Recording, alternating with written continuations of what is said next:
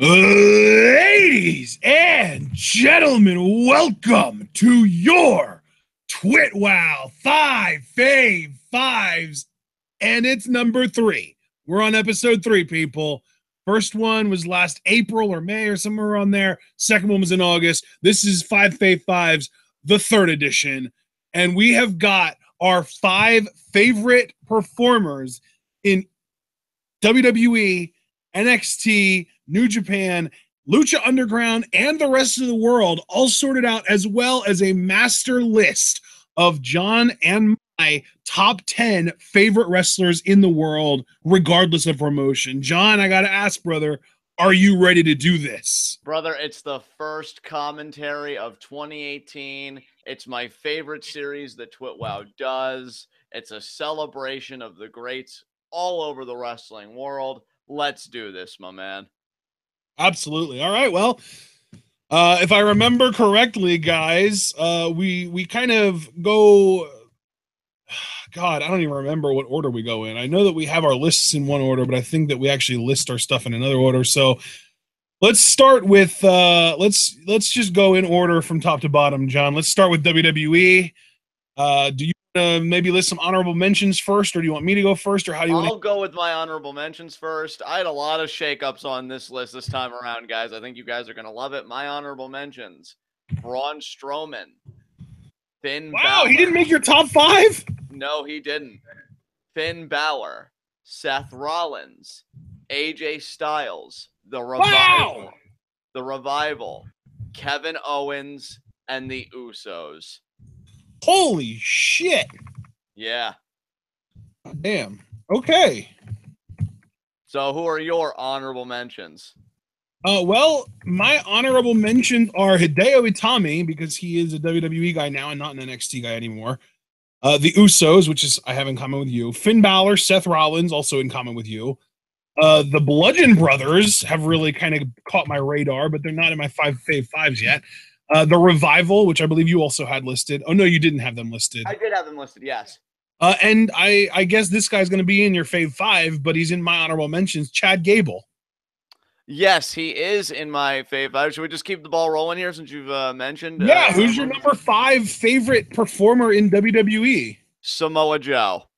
Oh, very nice. Well, I mean, since you're already saying his name, I should bring it up. Samoa Joe made number 3 on my list this time. Damn, you know, I actually love that you're a bigger fan, at least according to the list, of Samoa Joe than I am. But I'm just so glad we're both celebrating him, dude. I love the intensity. I love the mic work. I mean, hell, in this quarter, and you know, like I shit on Jason Jordan for our year-end awards, which if anybody hasn't watched those, even if you want to piecemeal them out, go check them out on our channel. You know, when he takes Jason Jordan out, like father, like son, right, Kurt? Like, I love how he trash talks. I love how he takes care of business. Joe is the fucking man. I think I heard that tonight he's going to have an Intercontinental Championship rematch against Reigns, and if Reigns gets DQ'd, he loses the title. I hope Joe becomes Intercontinental Champion tonight. Yeah, that's a great spot for him on the main roster, honestly. Definitely, especially with Lesnar as Universal Champion. I can't see Joe being that main event guy until Lesnar drops that belt. So the Intercontinental title is a perfect place for him at the moment. But yeah, I adore this man. But since he was higher on your list, what do you love about the Samoan submission machine? To me, honestly, the biggest pro is just his promos. His promos have been so on point the entire year. And really just since he got to NXT to start his sort of WWE run in general, he's always just been great on the mic. I've always been a big time sucker for good mic work, and I guess shout out to him. He's a commentator on YouTube as well, but I've always been a really big fan of just people who were eloquent speakers, and Samoa Joe embodies that. He's great. I love it, dude, because he looks like, you know, that badass, that behemoth-like character to him. And yet when he you know what? The more I think about it, he's going to move down to number 4. He's going to be number 4 on my list. So I just decided who I had it for I liked more than Joe. So I just moved the guy I had it for up to 3 and moved Joe down to 4. So Joe is now officially number 4 on my list. Hey, fair enough. Either way, he cried both of our top 5s. Let's keep the ball rolling. Who is number 4 on your list? Samoa Joe is number 4 on my list, but number 5 on my list was Shinsuke Nakamura, because even though he's being relatively squandered, he still shows up occasionally, and I still mark out for him every single time his music hits because I love him. Yeah, Shinsuke is great. Again, I'm really pushing for him. I think he's deserving of a Royal Rumble win. I think he's deserving of that big time WrestleMania spot for the WWE title. I'd love to see him with the WWE championship. I think unlike Jinder, he would really have a great reign with it. So he'd continue really the momentum that Styles is building with the belt at present. But since that was your number 5 and Joe was my number 5, I'll be giving my number 4 now then. Yes, sir. Your number 4 is Sami Zayn. Oh, wow. Okay. You really live in a topsy-turvy world when KO is an honorable mention, but Sami Zayn cracks top 5. Yeah, I really legitimately have no fucking clue who your top 3 are going to be. Like, I have an idea of who one of them is going to be. I have no clue who the other 2 are going to be. I adore everything about heel Sammy. I said it on the awards show. I'm so happy that he's told all the fans to go fuck themselves and just go into business for himself and his best friend Kevin Owens. I think they're the best act on SmackDown. Dare I say, I think they're one of the best acts in WWE going into the new year. And Braun Strowman's shoulders have got to be feeling good since he doesn't have to carry the Raw product on his own anymore, or just really WWE on its own anymore. And yeah, these guys are fantastic. But again, particularly Sammy, I love the douchebaggery. I love that he really hasn't changed much about like his ring style or anything. It's just the guy is a freaking douchebag, and he just really believes that him and Kevin Owens, it's like this self-righteous attitude that they possess. I want to see this Sammy be WWE champion. Hell, if nothing else, I want to see Sami Zayn be Mr. Money in the Bank this year. But I think it's a Raw exclusive pay-per-view, so that may be out of the cards. Regardless, what I'm really trying to get at is this Sami Zayn deserves to main event. This Sami Zayn deserves to wrestle the big-time guys. And, the idea that he's going to be taking on AJ Styles this Tuesday, I am so fucking hyped for that shit. You don't even know. Like, I think it's going to be a fantastic match. And Sami Zayn is WWE champion in 2018. That's a vision I can get behind. So absolutely number 4 on my list. He has been exceptional. Well, goddamn. All right. Well, Sammy's your number 4. I guess I'll give my number 3 since everyone already knows what my number 4 is. My number 3, and making a huge splash onto the scene for me in WWE over the last 4 months, Elias. Yes. I love it. I am becoming a huge fan of Elias, and it's not just because I think he's one of the better talkers in the company. It's also because he knows how to get cheap heat. He is a really, really good heel in-ring worker, and he's finally starting to get pushed. And really, we see him almost every week on Raw. Like, he's one of the few guys that gets TV time every single week. And Kid Coheed, my number 5 was Nakamura, my number 4 was Joe, and now number 3, I've got Elias at number 3. So, John, who is your number 3? Well, first off, let me just say, I love that Elias is your number 3. Honestly, I think I did Elias a disservice by not making him an honorable mention. So I'll just do that quick addition very, very quickly. I think his work has been exceptional. I think he's got a huge future. But my number 3, it's Rusev Day. Okay. I love me some Rusev. Honestly, you could even make a debate that he should be higher for me with how often I've gone to bat for this man time after time after time. And I go to bat for him because he's so goddamn exceptional. I mean, this guy is the complete package to me. Another guy that, like heel Sammy, I would love to see with the WWE title at some point this year. His charisma is amazing. He's given Aiden English purpose. So you can actually thank Rusev in my mind for keeping Aiden employed and actually having visibility rather than just being a Kurt Hawkins like character. He's massively over. He's more over than he's ever been, which is amazing because this shows that this guy can get a tremendous heat just by being from a different country. And with his charisma and personality, he can actually get people cheering him when they were just booing him for being anti-USA. That is amazing to me. Like, he's got it all. And to me, if he could really put it together, and more importantly, if WWE could put it together, 2018 could be very kind to Rusev. But if it's not, I'm being very kind to him now. Number 3 on my fave 5. All right, man. I dig it. And now My top two guys were only honorable mentions for you, so I'm very interested to see who you have in your top two. Number two for me is Braun Strowman, the abominable Strowman. Yes. To me, he really is 2017's Raw MVP, which probably tells you who my number one is already going to be. But like I said, my 1 and 2 were both your honorable mentions.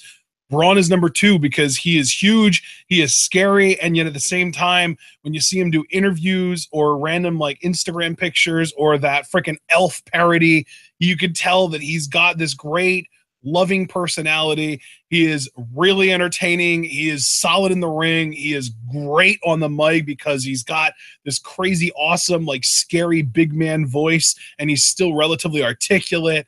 And I just absolutely love pretty much everything about Strowman except for the way he's booked, which applies to 99% of the main roster performers. So, John, Braun is my number two. Who's your number two? Can't go wrong with Braun, my man. He is a fantastic talent, hopefully a future Universal Champion, if booking is kind, which, as you just said, in not so many words, it really isn't. But my number two, show me respect. I was wondering if he'd be on your list now that he's on 205. Here's the thing, and I'm gonna keep saying it until it either happens or until it gets debunked. I can't wait for his contract to run out so he can go back to Japan and really be respected. I think it's bullshit that he can no longer use the GTS. But you know what? That aside, I love how vicious the man is. I love how aggressive he is. People can say, oh, he's lost a step since the shoulder injury, this and that. I still think he's entertaining as hell. I still enjoy his matches. I think he's going to be a great babyface. I don't think it'll get as much a pop now since he won't be able to GTS Enzo, which I think is stupid as fuck. But I still think him and Enzo can do some magic together in the cruiserweight division. And yeah, I want to see this guy facing, the top tier talent, but I don't think that'll happen. So my next best wish is that he either goes to New Japan or back to Noah when his contract runs out. I still think he's incredible. I still think he has a lot to give. And God, I just love watching the guy just be absolutely vicious to everybody else. So Hideo Itami's number two for my main roster. That's awesome. All right, here we go. Give me a drum roll because my number one is AJ Styles. Damn, dude, that's awesome, man. It's funny because I had Braun at number one maybe an hour before we went live today, and then I looked at my top 10 list. And I was like, I just can't for the life of me put Braun Strowman ahead of AJ Styles in my master list of my top 10. So because of that, I can't possibly put him ahead of AJ in my WWE list either. So my number one has to be the phenomenal one, AJ Styles, the best wrestler in the WWE now that Daniel Bryan is inactive. The best wrestler in the WWE, one of the better talkers in the company, which I never saw in him in TNA. And he's just got everything. Like we've already seen he can be a great heel. He's been an amazing face for most of this year. He can do everything. This dude, and the best thing is, like, he is a proven draw at this point. Like, he is straight up the biggest draw in the company, not named Lesnar or Cena. And honestly, I think you could make an argument that he's a bigger draw than Lesnar now because Cena is definitely the number one, like, proven, unequivocal draw in the company. But to me, I think Styles is coming up on Lesnar's ass as that number two spot in the company. And you can tell that Vince regrets not having Styles sooner because let's be real, guys, AJ Styles is being booked similarly to how Cena and Reigns are booked. He does not lose clean. He wins with one phenomenal forearm a lot of the time, not all the time. He's closer to Cena in that because Cena almost never wins with just one AA, but he doesn't lose clean. He only really loses to guys the WWE really wants to push hard. Like there are a lot of similarities between the way that Styles is booked and the way that Cena is booked, or at least the way Cena was booked prior to this year when they've kind of eased off on the gas pedal on him. But the difference between him and a guy like Roman is that I feel like Styles has the requisite talent to deserve that kind of level of a push. So yeah, AJ Styles is my number one, far and away my favorite WWE main roster performer. Dude, absolutely. I mean, hell, any performer that can make Vince regret anything should be on somebody's radar. Yeah, AJ's been killing it. I mean, to know that he's a guy that went virtually everywhere, at least all the prominent spots that we think of, and dominated and built a legacy is just a testament to the quality of the performer that he is. I mean, TNA, New Japan, and now WWE. It's amazing. Because honestly, when he first came in, I never thought he'd achieve the level of success that he has. And it's not because he didn't deserve it or, wouldn't be warranted by his talent level, but because I thought, WWE would hold that grudge against him and keep him back. And just to know that he's beaten all of that and become the man that he has in the company is just incredible. All right. My number one for the main roster. Here we go. Chad fucking Gable. I knew it. Oh my God. What a leap. I don't think he was even in your honorable mentions last time we did this. Dude, and you know something? Oh, wait. He wasn't even in your honorable mentions, but that's because he actually made your fave 5 last time we did this. He was number 5 for you last time we did this. Well, then he just leapfrogged everybody because I fucking love Chad Gable. Because of one singular series in the Clash of Champions tag match. No, my friend. Not just that, though. That was a big part of it. I just love the whole guy's attitude. The tag team with Benjamin, I don't know if they're calling themselves Training Day or Scratch and Claw, if they even have a name. It's starting to grow on me. Would I prefer a singles run for Gable? Yes, but honestly, I'll take Benjamin over Sheamus on Cesaro's app any day of the week. I love the guy's attitude. His Twitter is one of my favorite Twitters to follow because he's been doing his own production vids with a Scratch and Claw logo, showing him training and talking to famous wrestlers like Dan Gable. It's and he joked oh, great name, right? And, he's really built almost like a brand around this Scratch and Claw thing. And I look at it and I'm like, why aren't WWE making these kinds of quality of videos for him? Why aren't they getting behind Scratch and Claw and making a t-shirt? I see all of that and I see a top babyface on SmackDown Live. It's kind of bewildering to me that he's a heel right now with Shelton Benjamin, but you know what? Maybe when he finally breaks away and goes face again, he'll get those massive pops. I mean, from the work he's done with guys like Rusev, with the Usos in the tag team with Benjamin, just the guy is undeniable. And just his chaos theory is fucking gorgeous. I remember when I first saw Douglas Williams do the move, I never thought I'd see it again. And you've got Chad Gable popping him out like a fucking Pez dispenser. It's unbelievable. His ability, his talent. He comes from a world that I've always had an affinity for, that Greco-Roman scientific style. He's incredible. He's absolutely incredible. I don't know why he isn't being, built better, as far as singles and stuff go. But, the tag team's servicing him well for the time being. I hope he has a profitable 2018.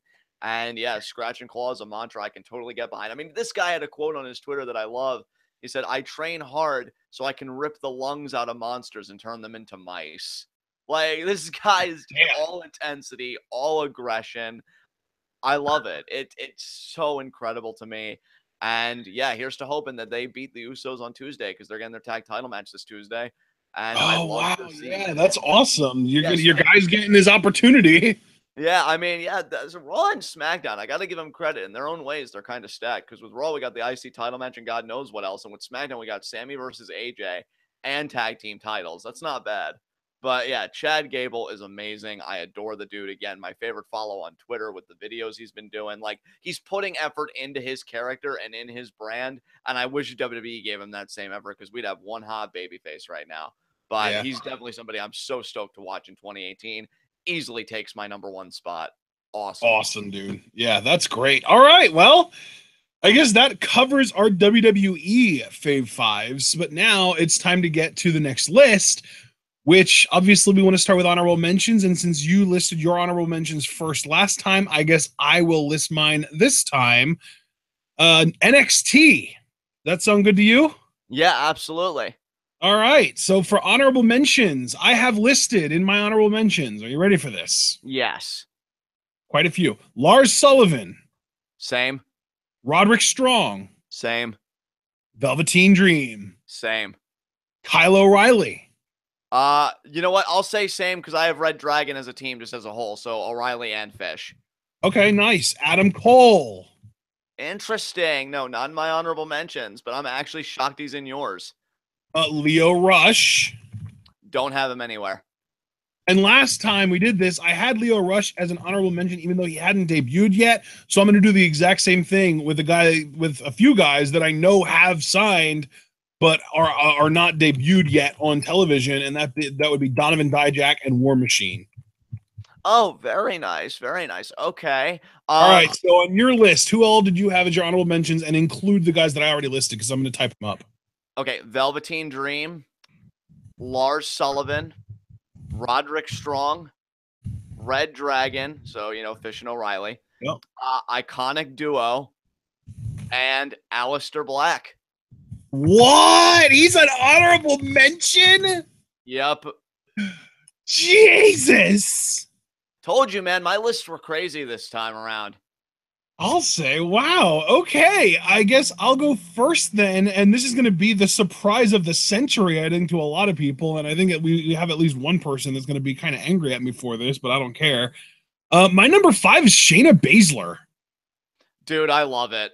I don't hate you for it. I applaud you for it. She's a beast. Well, no, I just know that we have a Shayna hater in chat. It's so right. No, I think that's great, dude. She's awesome. I don't necessarily know if she's a good promo or not, but from what I saw in like the Mae Young Classic, she cuts relatively decent, succinct promos. So as long as you keep her to the soundbite, she's good. But to me, Shayna Baszler can be to the NXT women's division everything that the WWE wishes Brock Lesnar was in a full-time style, and better. Yeah, absolutely, dude. I think she, in that sense, is the full package. You don't need her to talk much, because I think she's just got a presence, by being who she is from the background from which she comes from, that already kind of sells itself. Yeah, dude, I totally understand why she'd, crack your top 5. She's menacing, she's intimidating, and she's legit on top of it all. Like, but now I'm very curious who's going to make your list. If Aleister Black, the Iconic Duo, and Lars were all honorable mentions, I'm so curious. Who is your number 5, John? Ember Moon. Oh, wow. You still are that into her. I thought you would have gotten over her by now. All right. Yeah, I still love her, man. I'm happy for her, truly, that she's NXT Women's Champion. She was number 5 on your list last time as well. Yeah, she kept her spot, even with the influx of new talent, even with the people that I'm like, God, it's amazing watching these people. Like, I still have a soft spot for Ember, like, I'm happy for her that she's champion. She still entertains me in the ring. I will agree absolutely that I think her promos need to improve, and I wish she had more of a fully defined and realized character.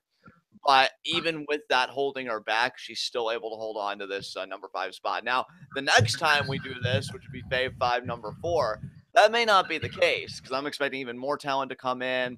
We're thinking about guys like, again, like you said, Donovan Dijak, War Machine, Axel Dieter Jr. It's going to be a lot harder for her the next cycle.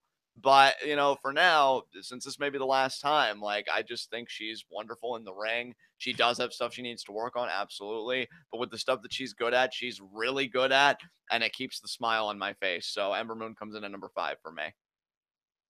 Wow, that's great, dude. I love that she's sticking to your list.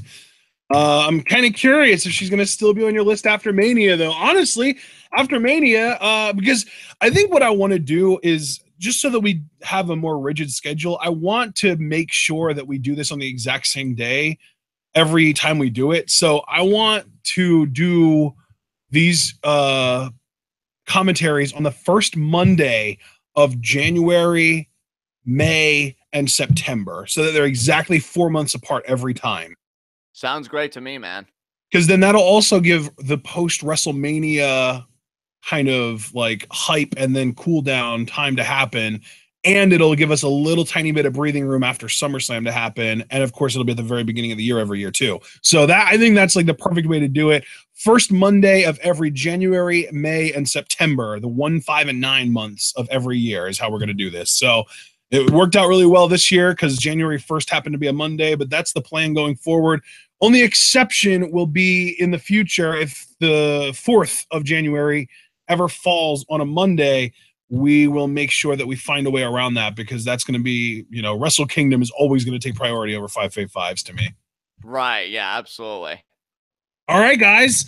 Well, John's number 5 was Ember Moon. Time to move on to our number 4 picks. My number 4 pick is one of your honorable mentions, the Iconic Duo. They are just so wonderful, and I just want to see more of them on NXT, man. I feel like even though Peyton did just get that awesome title shot, and then a return match with Ember, I just really want to see them multiple times every month on NXT television. And I wouldn't be surprised, actually, if they got called up in 2018 and this year. This is 2018 now, which I'm going to have to get used to saying. And if I had to put a number on it, I would say like post WrestleMania, Raw or SmackDown. I'm probably going to look towards SmackDown just because it feels right, but it could be Raw. You never know. And yeah, man, I'm excited as hell to see what their 2018 holds. And I just love them both as performers. And it seems like WWE is already way more behind Peyton than they are Billy, but I'm hoping that Billy eventually turns heel, attacks Peyton, and we get a good feud with the two of them that makes Billy seem more like a star as a heel. Yeah, I mean, the future of the Iconic Duo to me is a fascinating thing to think about because they're so great together. I mean, they really are. To the point where, and I'm not even kidding, like the breakup probably would devastate me. I know I laugh at all of the breakups, you know, Gargano being beat up by Ciampa, Jericho being beat up by Owens. This one would actually hurt if it happened because the chemistry is just so real. And I'd be worried, even though I know how talented they both are individually, I'd be worried for them initially after the breakup because it's like, wow, it was such a good thing. But you're right. I mean, they do seem more invested in Peyton. I would like to see Billy get a bit more shine. I will say, though, if I'm being truthful, I'm a bit skeptical about them being called up this year. Not Yeah. because they don't deserve it. They're incredibly talented, but only because very recently we had 5 all-ups, you know, the entirety of Riot. Well, absolutely, but they're all heels. I feel like the Iconic Duo would get a very positive, like babyface kind of reception when they get called up to the main roster. And honestly, I could even see NXT turning them face over the first quarter of the 2018 of the new year. That I think is a very interesting prospect and one that I can get behind and one that I can actually see WWE doing. So I do agree with you there. I mean, the thing is, they have to both be face before Billy can turn heel on Peyton, I think. Right. So. And yeah, I just love that you gave them some love on your list. I mean, they really are a great act and they deserve it. With that said, number 4 on my list, Adam Cole, baby. I mean, what else is there to say? It's Adam Cole, the same man that, I mean, you once woke up as Adam Cole for a few seconds and your life has never been as satisfactory since, hasn't it? I mean, I did tell you that that was not actually a real thing. I'm pretty sure I confessed to making that up, so I don't know why you're maintaining the illusion. I mean, but the question is, though, did you lie because you wanted to believe it? Don't we? Of course, everyone should. Exactly. Everyone should want to believe that they'll wake up as Adam Cole. I mean, God knows if my worthless son actually did that, maybe I could get over him wanting to eat ass all the time. But yeah, Adam Cole's fantastic. I love, you know what, too, and I got to give NXT credit for this. I love that he hasn't been hot-shotted to the NXT title picture. Like, he's flirted with it that little bit and trying to qualify for that. Well, that's kind of what I was even going to say. I love Adam Cole, and I love that he's been on basically every episode of NXT TV since he debuted. But the reason that I don't have him in my Fave Fives or even as honorable mentions is because I think he's only had like 2 matches in that entire time. So I'm just looking to see Adam Cole get featured more as a solo act in 2018. Absolutely. And I tell you, I am so happy for this dude. Like, he's worked so hard to get here. You know, I am friends with Adam Cole on Facebook. And just getting to hear his story about, you know, the people he's fought for and stuff, and to know that he's just so freaking good at it. Like, you know, even in the small time that we've gotten him, I will say 2018 does need to do one thing. You need to give Adam Cole a shit ton more mic time. Like, I love hearing that man talk. I love seeing his charisma. I think he's brilliant. But yeah, I do appreciate that they haven't hot-shotted him to the title. I'm super stoked that he's going to be feuding with Black. I think those two are going to make fucking magic together. And yeah, Cole is incredible. We all want to be Adam Cole. If you say, I don't, you're lying to yourself, and it's really actually pitiful. Do better. So yeah, Adam Cole's number 4 on my list. Who's next up on yours, bud? Whew, yeah. I mean, Adam Cole versus Aleister Black is definitely, it's got the stuff to be an early match of the year candidate if it does happen at TakeOver Philly. I'm looking forward to that. Absolutely. Well, here's the thing. My top three, honestly, I really struggled with the placement of them. My top three, I started with one guy at 1 and then 2 and 3, and then I switched them around so that the guy was at 1 was at 3 and then 2, and then I landed on what I landed on based pretty much exclusively on who I feel like had the last 4 months, like the best last 4 months since our last Five Fave Fives commentary. Because these three guys are my three favorite performers in NXT, but then I kind of left it to like the kayfabe accomplishments to kind of rank them from 1 to 3. Does that make sense? Yeah, absolutely, man. So number 3, All right. Black. Oh yes, I love it, Aleister Black. Out of the 3 guys that I have in my top 3, he had the worst last 4 months because even though he did beat Velveteen Dream, he was still taken to the limit by a relative rookie, and then he ate his first loss in that 4-way recently. So even though he's had a great year, his last month or so has been a little bit not quite as good as far as kayfabe goes, but still, he's an excellent performer. He is a main eventer waiting to happen when they call him up to the main roster. I've gotten to the point that I'm convinced that he's going to get called up before he gets an opportunity to even challenge for the NXT championship. And I think he's going to be one of those guys that just absolutely just rockets to the frickin' moon when he gets to the main roster. And especially, and I think this is going to be a surprise to some people, but especially if he ends up on Raw, I think that Aleister Black is made for Monday Night Raw.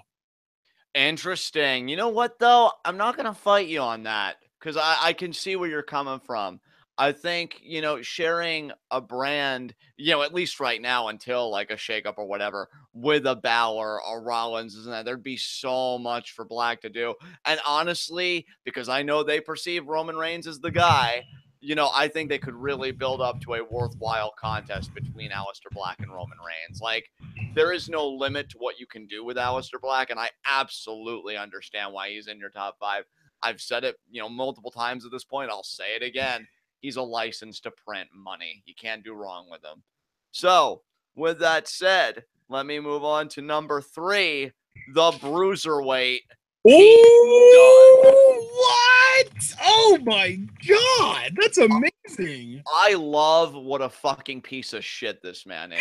He really is the scummiest of scum, isn't he? I love, and you know what? I even tweeted, a few days ago, might have been a week ago, an apology to Pete Dunne that I didn't recognize his greatness sooner to the degree that I am now recognizing it.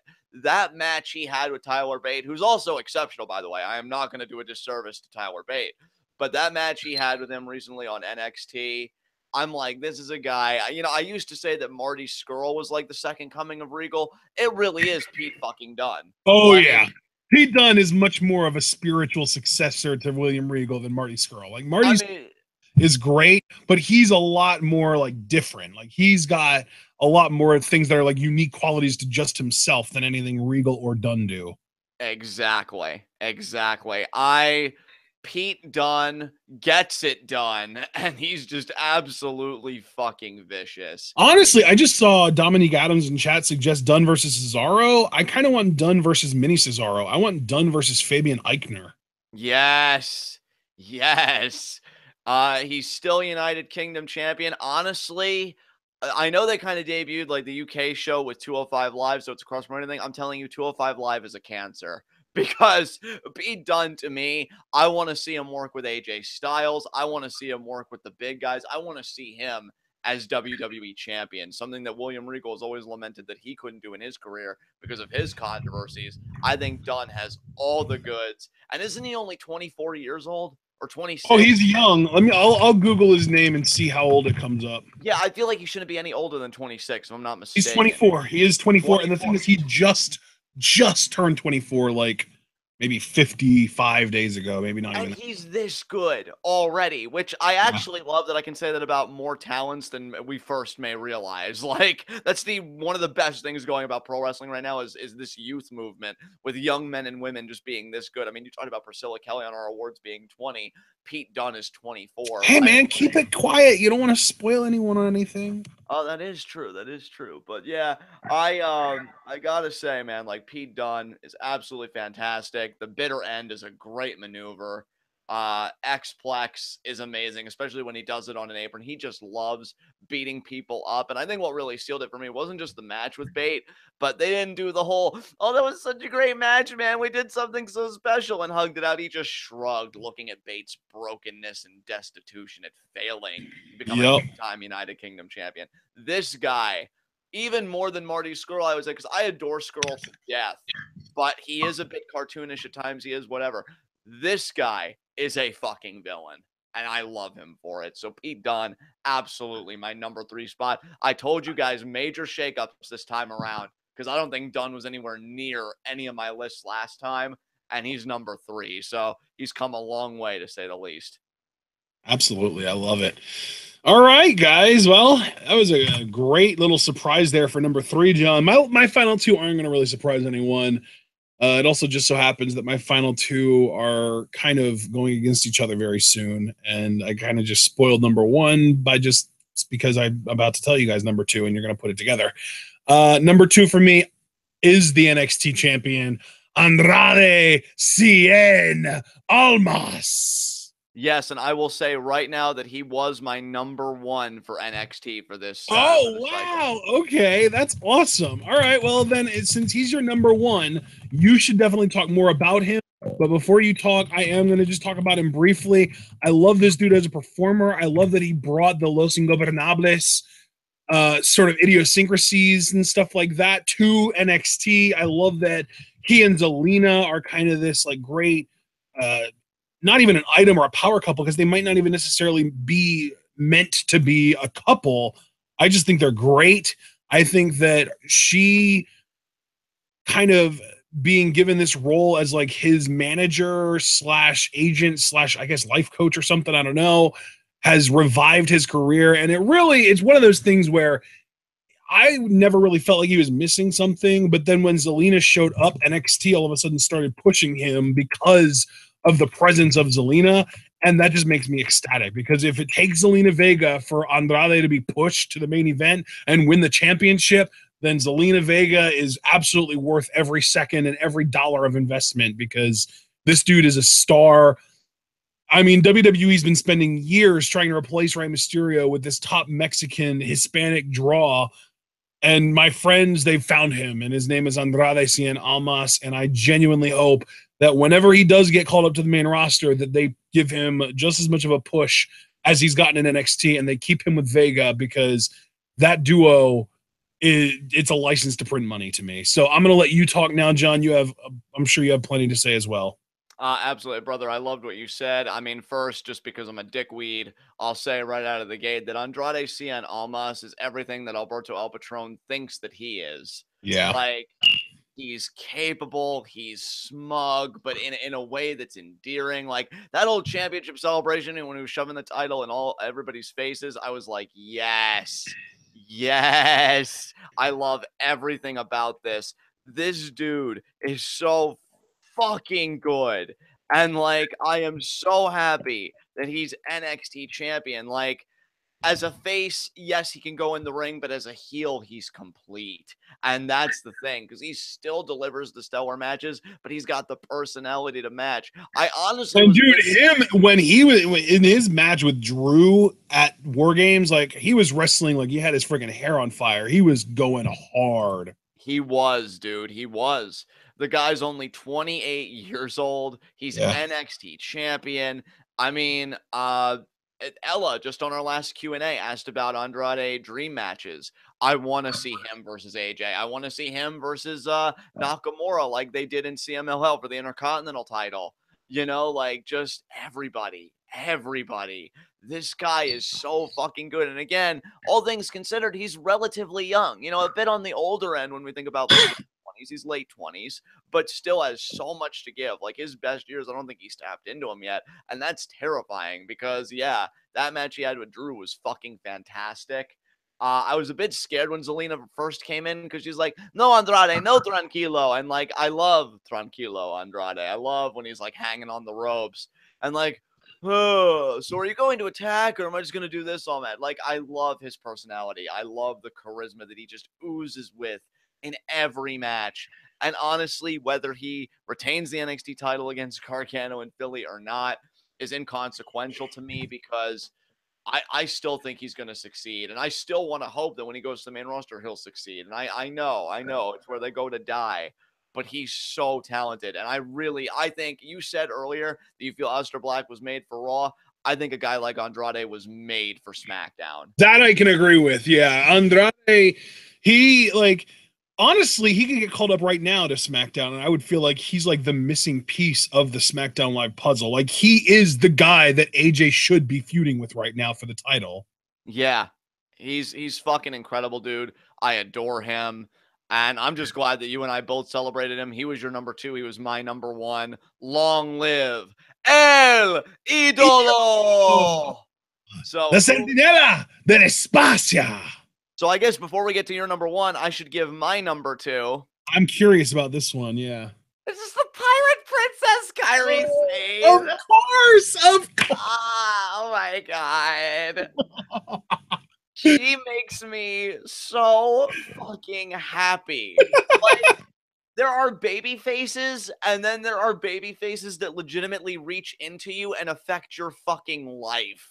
Like, here's the thing, guys. Normally, dissociative identity disorder forms when you have a ridiculous, horrible travesty of some kind of sexual or physical or mental or emotional abuse as a child.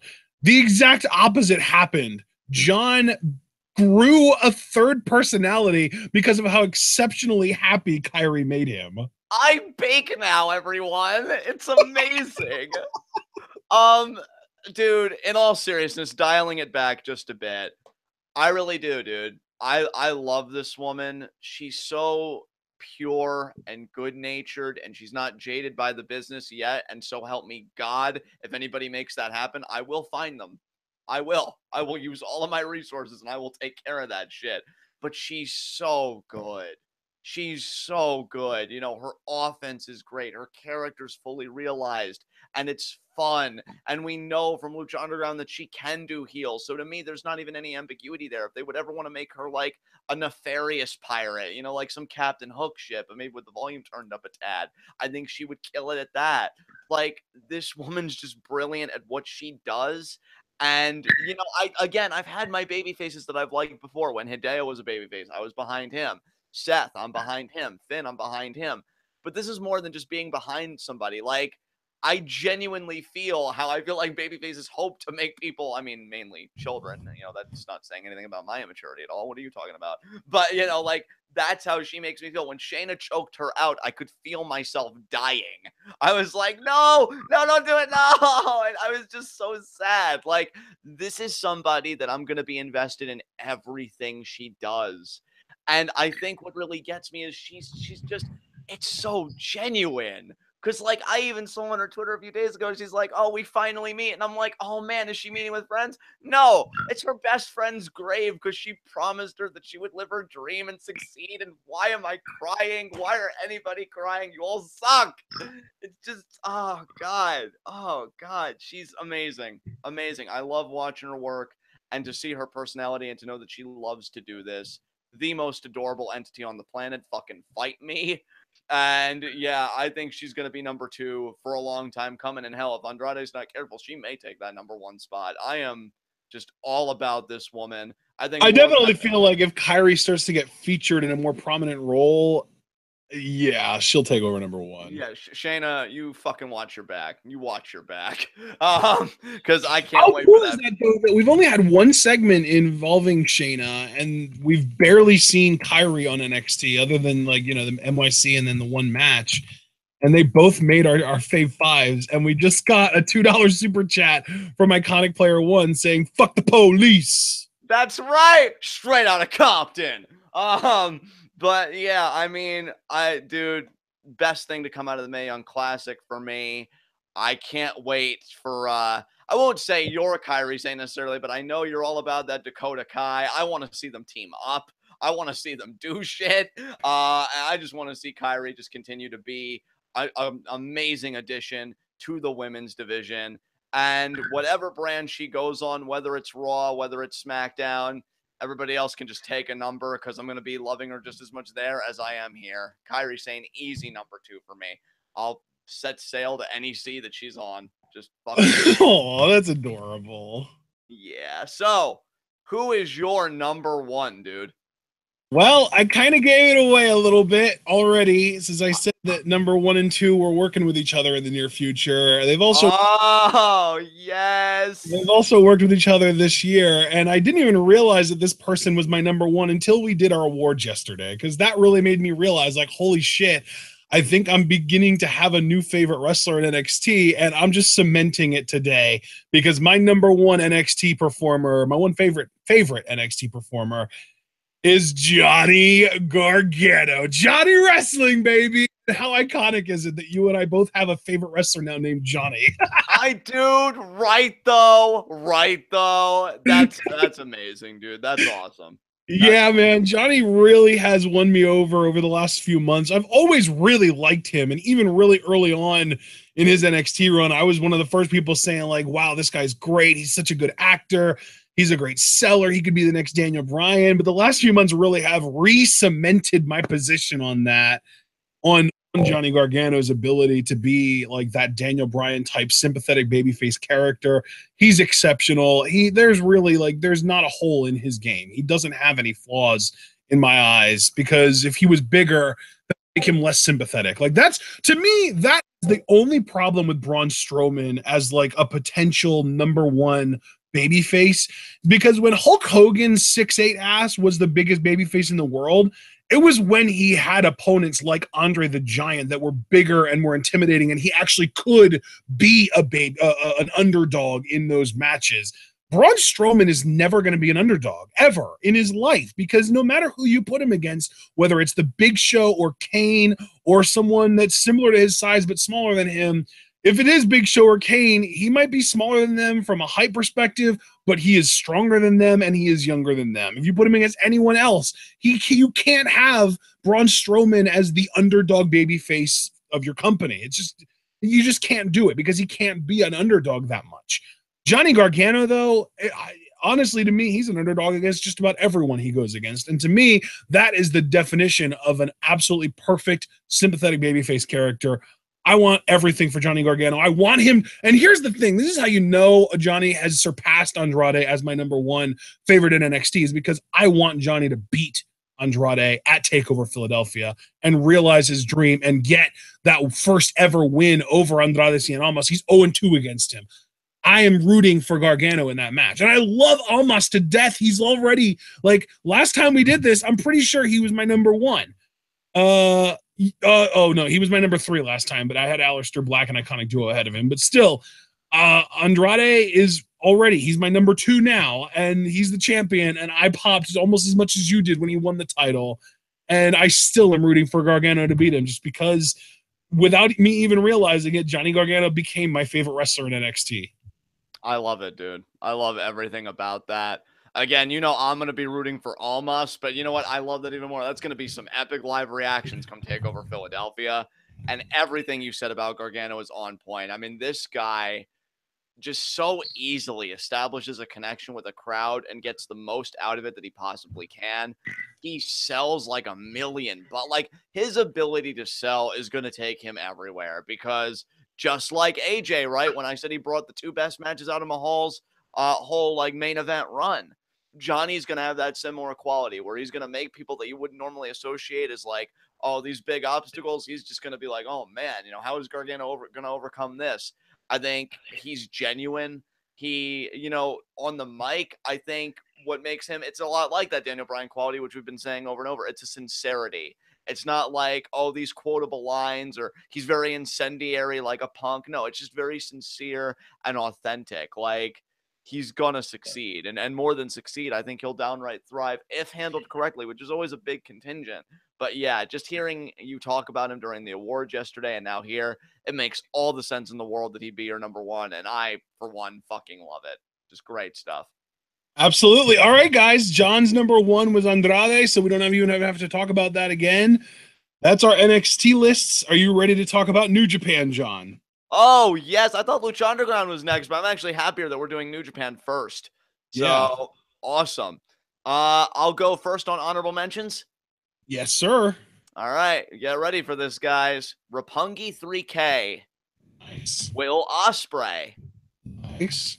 Okada. Nice. Hiromu Takahashi. Nice. Naito. Okay. Juice Robinson. Whoa. And Kenny Omega.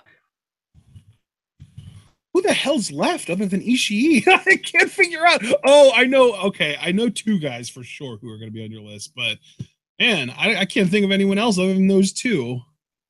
Yeah, those were all my honorable mentions. So who were your honorable mentions? My honorable mentions: Kenny Omega, Togi Nice. Hiroshi Tanahashi, Yuji Nagata, Will Ospreay. I think you listed him too. Yes. War Machine, who are going to be in NXT soon, hopefully, and Zack Sabre Jr. Awesome. All right. Number 5 for me. The teddy bear that'll suplex you to death, Jeff Cobb. Yes! He's only recently in New Japan, but you know what? I'm still basing this off the stuff I've seen in PWG and, elsewhere. I mean, dude, that's fine. To be fair, I still have Cobb listed in my other section. Right. Jeff Cobb's amazing. He's I've tweeted at least twice now. This guy is a once in a lifetime performer. Cherish him while you have him. Dude's I think really you just kind of have to rank him where you think he's best. Like, he works Lucha Underground, he works New Japan, and he works because he works a bunch of indie places too. So really just wherever you like him best is where you put him in your list. So I have him in my other because PWG Jeff Cobb is my favorite Jeff Cobb, but you have him in New Japan because I guess New Japan Jeff Cobb is your favorite Jeff Cobb. Yeah, and dude, I saw the gif of him just suplexing Ishii like nothing. And I was like, holy fucking shit. Yes. Yes. Like, I'm telling you, dude, people like him, people like Riddle, Gable, like, they speak to me because they come from that world that I've loved ever since I was a child, watching Guerrero, Angle, Benoit, those technicians, those people that know how to suplex. To me, Jeff Cobb is what, now maybe minus the personality, which if you make some tweaks, Matanza, you might be able to get it out. Jeff Cobb really is like Steiner before everything went to shit for him. Like, the things that he can do and the athleticism are insane. I had to give him a spot. Dude's a freak. And I can't wait to see what he does in New Japan, because I will say this. I adore the Chosen Bros. Make no mistake about that. And I think it sucks that Matt Riddle won't be a part of this because of some regressive policy about drug use.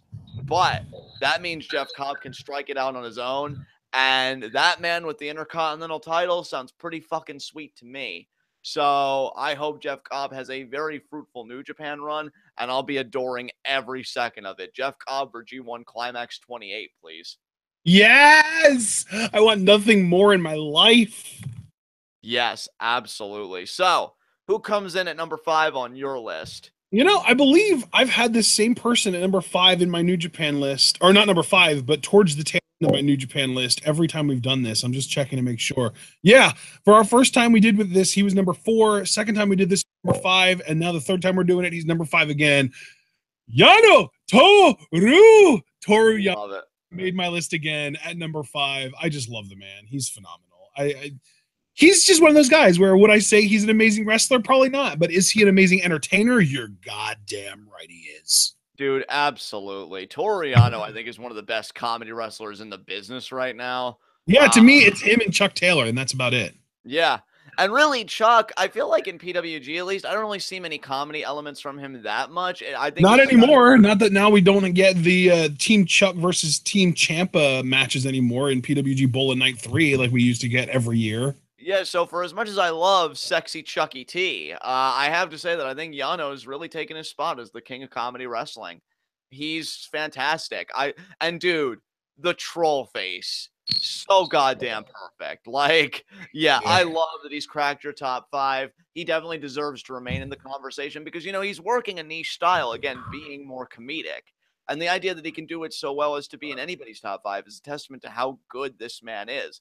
Plus, can I just say, too, we've seen him in the past. Now, not necessarily this cycle, but, we've seen him in the past work those serious bouts, like, say, with a guy like Tanahashi or something, and they've been legitimately good, on their own merits. So this guy can go when he needs to, and I feel like he's a great asset to New Japan Pro Wrestling. So I love that he made your top 5. Moving right along, though, to number 4, I've got the IWGP Junior Heavyweight Champion, the villain, Marty Scurll. I was waiting for you to mention him. I wasn't sure if you would have him listed here or in the other because of his work in PWG, but yeah, that's awesome. Yeah, dude, I love that he's a Junior Heavyweight Champion. Honestly, again, I know we're going to have that big fatal 4-way at Wrestle Kingdom. If he drops it, fine. I just don't want Kushida to have the fucking belt again. Fuck Kushida.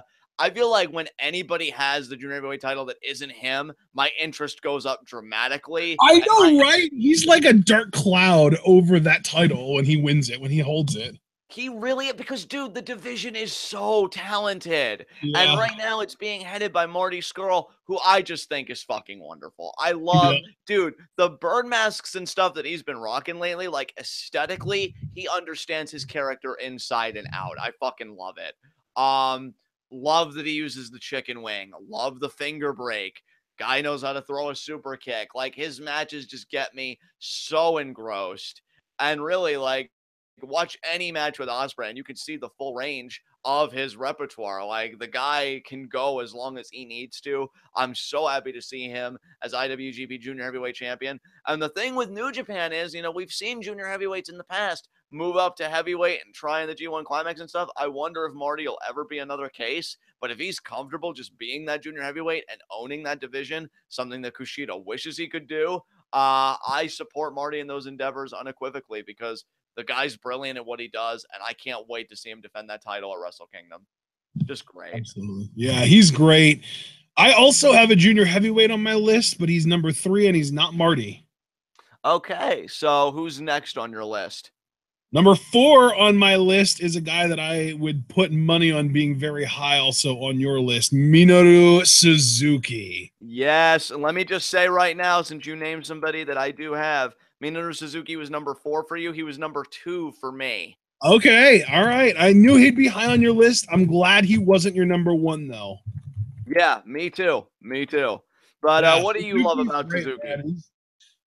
Honestly, like, to me, he is everything that Zack Sabre Jr. stands for, only he's more entertaining at doing it. Like, he's so good at the torturing people and the just being a ruthless villain, but he's also got like this charm to him where he just has like this old man thing where if you just look at him the wrong way, he's gonna beat the shit out of you. And he does multiple times a show to the young lions, and I just love it, man. Suzuki. And I love too that he doesn't give a shit about the rules either. He doesn't make any qualms about taking guys to the outside and beating the shit out of them with guardrails and chairs and stuff. He's awesome. I love Suzuki. But since you had him higher on your list, I want to hear more from you about how great this man is. I mean, dude, it still blows my fucking mind all this time later that, like, because I'm all about the youth movement. You know, nothing gets me more excited than when there's a prospect that we both like or I like, and we're like, oh, hey, they're only, you know, insert under 20 or at 20 or whatever age they are, you know, and I'm all about that. This dude is 50 fucking 1. 51. He was 51 when he had that amazing G1 Climax bout with Okada that we loved last year. Like, that is fucking amazing to be like, what? What? He's only 49. I'm telling you, dude. Wait, hold on a second. Because where did I see 51 then? Hold on. No, I'm not going to take it at face value. I'm going to look for myself. Hold on. He should be at 49. He should be older than that. That's the funniest thing you've said in a while on live reaction. No, he should be older than that. Okay, well, I guess Wikipedia got it wrong again because I could swear to you that I saw 51. So somebody. Are you maybe thinking of Dr. Wagner Jr. because he was 50? No, I was thinking of somebody fucked up. So I'll admit that I was wrong, but I'm kind of pissy about it because somebody get their shit together. Regardless, he's an older guy. That's undeniable. He's older than fucking AJ. Let's just say he's around 50. That's the point. Yeah, that's the point. And he's basically 50. He might as well be. And he's still having clinics like what he did with Okada at fucking G1 Climax. Yeah, he's incredible. You know, and that's the thing. Like, the idea that you can work that style and do that kind of shit to me is just at that old. And you research him, like, I remember I saw a video clip of like Josh Barnett, who's like this famous MMA guy. And he's like, oh, I tried stuff on Suzuki. Suzuki schooled me real quick. So this guy's legit.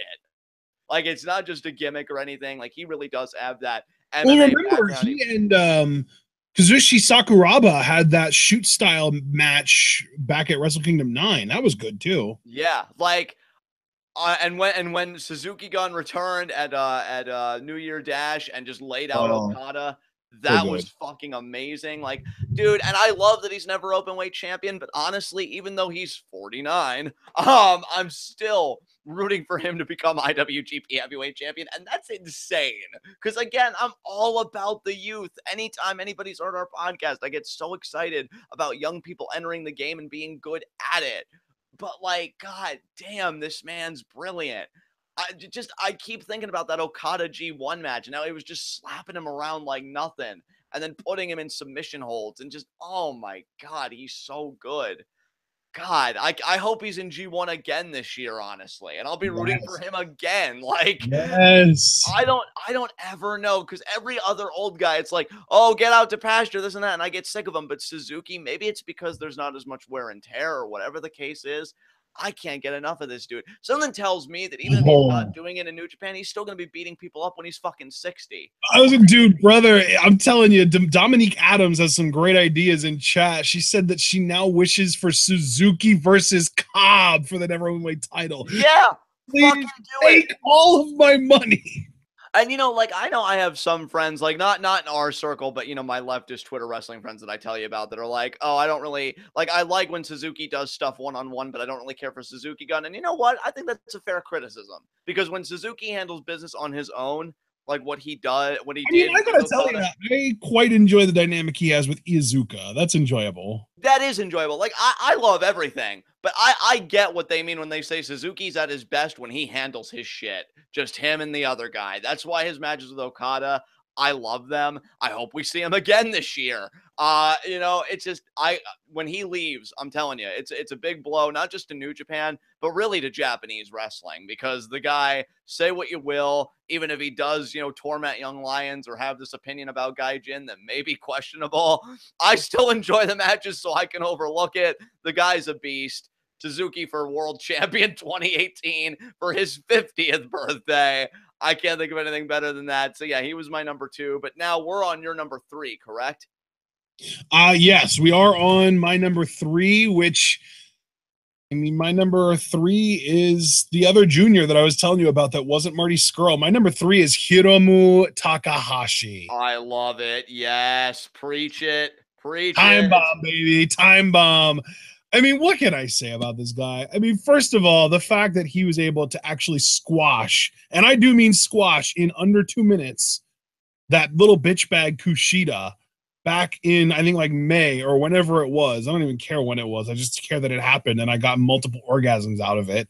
The fact that Hiromu was able to pull that off, and he really just consistently puts on amazing matches. He's got great character work. He is one of the very kind of few major highlights whenever we watch like a major show and he's not in like a big time, like a junior title match or something like that, and he's just in like one of the pre-show tag matches. He's consistently one of the highlights of those matches to me. And it's like he with Daryl and with his like ridiculous over the top, and you know what, I can't even say over the top, because he's one of the few people that gets crazy right with subtleties and nuance. He is so good at just seeming like he's just not all there. And to me, he is everything that certain performers like Marty the Moth, like Nikki Cross, should aspire to portray crazy as, because he is, to me, the best crazy character in the wrestling world today. And it's not because he's this wacky nut job that runs the ropes and has theme music that goes like freaking Nikki Cross.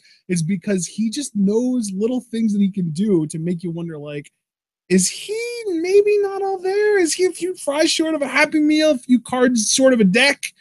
And he's not. He's just a brilliant performer, and his matches are all great. And I can't wait for him to beat Marty Scurll and win the junior heavyweight title at Wrestle Kingdom on Thursday. It's going to be amazing. Hey, brother, let me just say this first and foremost. He's my favorite member of Los Ingobernables. Like, I love what this guy's about. I love that he's on your list. I agree with you about the subtleties are crazy. Like, when he came out to challenge, just so he couldn't get his finger broken, he wore, I think, like, boxing gloves. The oven mitts, or was it boxing gloves? I thought it was boxing gloves, but it would be even better if it was oven mitts for I thought it was oven mitts. Yeah, like, I love it. I think everything you said about him was on point. I think the biggest injustice that was done to him was that Kushida ended his original IWGP Junior Heavyweight Championship reign. Because when Hiramu was champion, I don't think the division had ever been better, because that was around the time of Best of Super Juniors. And, he was riding his wave, and I thought he brought a great look to the title. He oozes charisma. And, I really liked seeing LIJ have that momentum of the junior heavyweight division. Honestly, like I said, anybody but Kushida. I adore Marty to death, but honestly, the next person I would really root for to win the title would be Hiramu. Abso-freaking-lutely. I think it goes Marty, Hiramu, Ospreay, Kushida. And Hiramu is fantastic. I love that you have him on your list. So with that said, I guess that leaves me to give my number 3 pick, because I had to talk about Suzuki early because you had him lower than I did. Zack Sabre Jr. Wow. Okay. That was awesome. Great. Specifically, heel Zack Sabre Jr. But I haven't really felt the need to put that qualifier in a while since, the run's kind of stuck. Yeah. But I love that he bullies the shit out of with how much I enjoy how much people bully the shit out of other people, it really makes me kind of worry about my psychological state had my life turned out differently. Because maybe I would be doing the shit that Zack Sabre Jr. is doing right now, but I love it. I love him taking body parts and bending them in ways that they shouldn't be bent. I love the suffering. I love the agony, and I love that he doesn't give a shit. And I love that he can get away with it by calling it art because he's such a masterful fucking technician. I mean, the way he elevates submissions. Oh, I've got a single leg crab and it seems like you're going to get to the ropes. Let me just transition that right into an STF. Oh, you're going to skip out of that? Let me just grab that arm right as it's about to reach the rope and get you in an arm trap kind of submission there. Like, it's amazing. This guy's transitional ability, his submission acumen. I think him and Suzuki Gun, which I'm not kidding when I say, because, Sabre Gun, whenever Sabre Gun happens, it is going to be amazing. And honestly, and maybe it's asking for too much, but you never know in the world, I kind of hope that if we ever get Sabre Gun, he tries at least to follow the path of Devitt, of Omega, of Styles, and really go for everything. Yeah. Go for everything. Like, and I gotta say, even though they did, even though he kind of has the build of a junior, I love that he was in G1 and that he's being treated like a heavyweight. That's so cool to me. I agree, dude. I fucking agree with you. I want to see this dude against Okada. I want to see this dude against Naito, which we may have already. And if we did, I just want to see it again. That's all. I just want to see him face everybody. I don't think he was in the same block as Okada. Yeah, I don't think he was either, which is why that was the first match I mentioned. And yeah, like, this dude is the future. He's the inheritor of Suzuki Gun, which will become Sabre Gun. I honestly wish he would have become Intercontinental Champion, but I get why he didn't, because we got to make room for Switchblade. God, I can't wait for preview and predictions for Wrestle Kingdom 12. But yeah, it's going to be Wednesday night because we're doing Progress tomorrow. Yes. Yes, we made it. We made it, motherfuckers. But yeah, Zack Sabre Jr., man. Absolutely exceptional. I can't wait again for G1 Climax 28 because of this magnificent bastard. May he never stop teaching people that their anatomy is only theirs because he hasn't encountered it yet. Just great stuff. He's awesome. Yeah. I definitely had to mention him in my honorable mentions because I do absolutely love his style and him in the ring and all that stuff. But reason that he's not on my top 5 is mostly just because I know I don't like him nearly as much as you do. I do love his matches and stuff, but the whole wrestling like a dickhead thing, I guess I'm a little bit too much of a mark because I kind of get caught up and I'm just like, God, he's annoying. You know what I mean? I know, right? I'm just like, more, Zach. Let the hate flow through you. All right, man. So who is we're talking about your number 2 now, right? Yes, sir. And my number 2, I hate to do this to you, but I think my number 2 is going to end up being your number 1, dude. I know who it is. So we'll just do what we always do. I'll talk about him more after you're done. All right, my number 2, Tomohiro Ishii. And he is my number one, yes. Yeah, the Stone Pitbull, man. He is absolutely incredible. You guys already know who my number one is too. So yeah, number two, Tomohiro Ishii. I couldn't put him above my boy, but I'm still like, he is easily my favorite New Japan performer as far as in ring goes. I just, you know who I like already. Then, dude, that's fine. That's fine. I think it says so much because I think Suzuki was number one last time we did this. Yeah, and he has leapfrogged his ass. Yeah, Ishii had such an incredible run in G1. I couldn't keep denying this dude anymore. I think, again, I said it on the award show. I'll say it again. I think he's the best kept secret in New Japan because I think you look at him initially, you assume what he's going to bring to the ring, and then he proceeds to blow your goddamn mind. Gets you sucked into every match. And honestly, brother, if Naito becomes world champion, which you know I'm rooting for him to do, I want him and Ishii to go at it again for the big gold. I want to see him do it again for that title. I want to see Ishii in the main event scene. I mean, I don't know, man. From what I understand, usually when a heel does hold the world title in New Japan, the most common people that go after that person is members of Chaos. And we know Ishii is in Chaos, so we could see it. It could happen. I've never been more grateful for him having a membership card. I mean, this guy, the versatility of a man that looks like he does, unbelievable to me. I love everything about him. I love everything about him.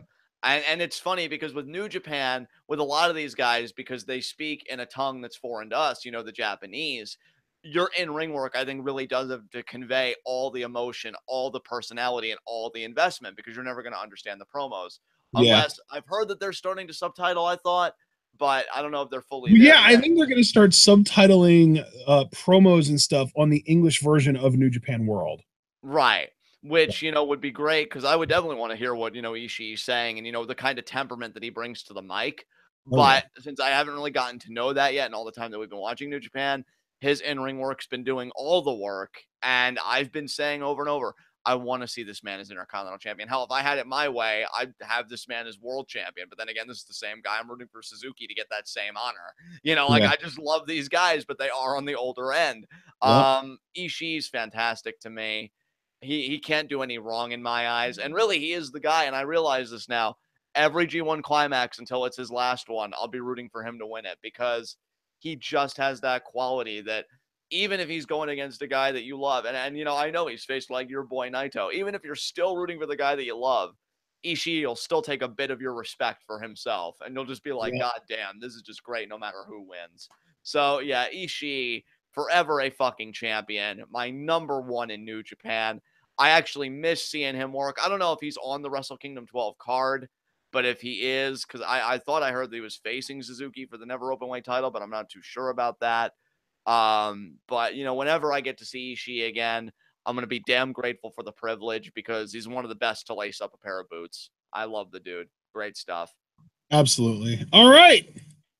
Awesome discussion there. I love Ishii. He's wonderful. You guys already know what my number one is in New Japan. My boy Naito. He's the king. He's going to win the title on Thursday. It's going to be amazing. I love Naito.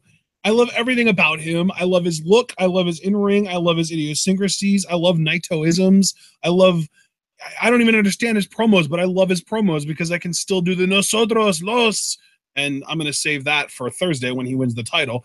I just love Naito, man. Just something about it. I feel like it really did click for me in G125 when he came back from CMLL and just decided to stop giving a single shit about what anyone thought of him.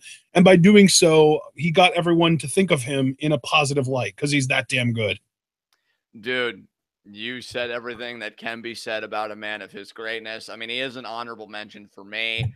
I love how sadistic this man can be. I love that he's sadistic too, and he's not even in that psychotic sense that he revels in it. He's just like, just had to be done, you know? I can't help it.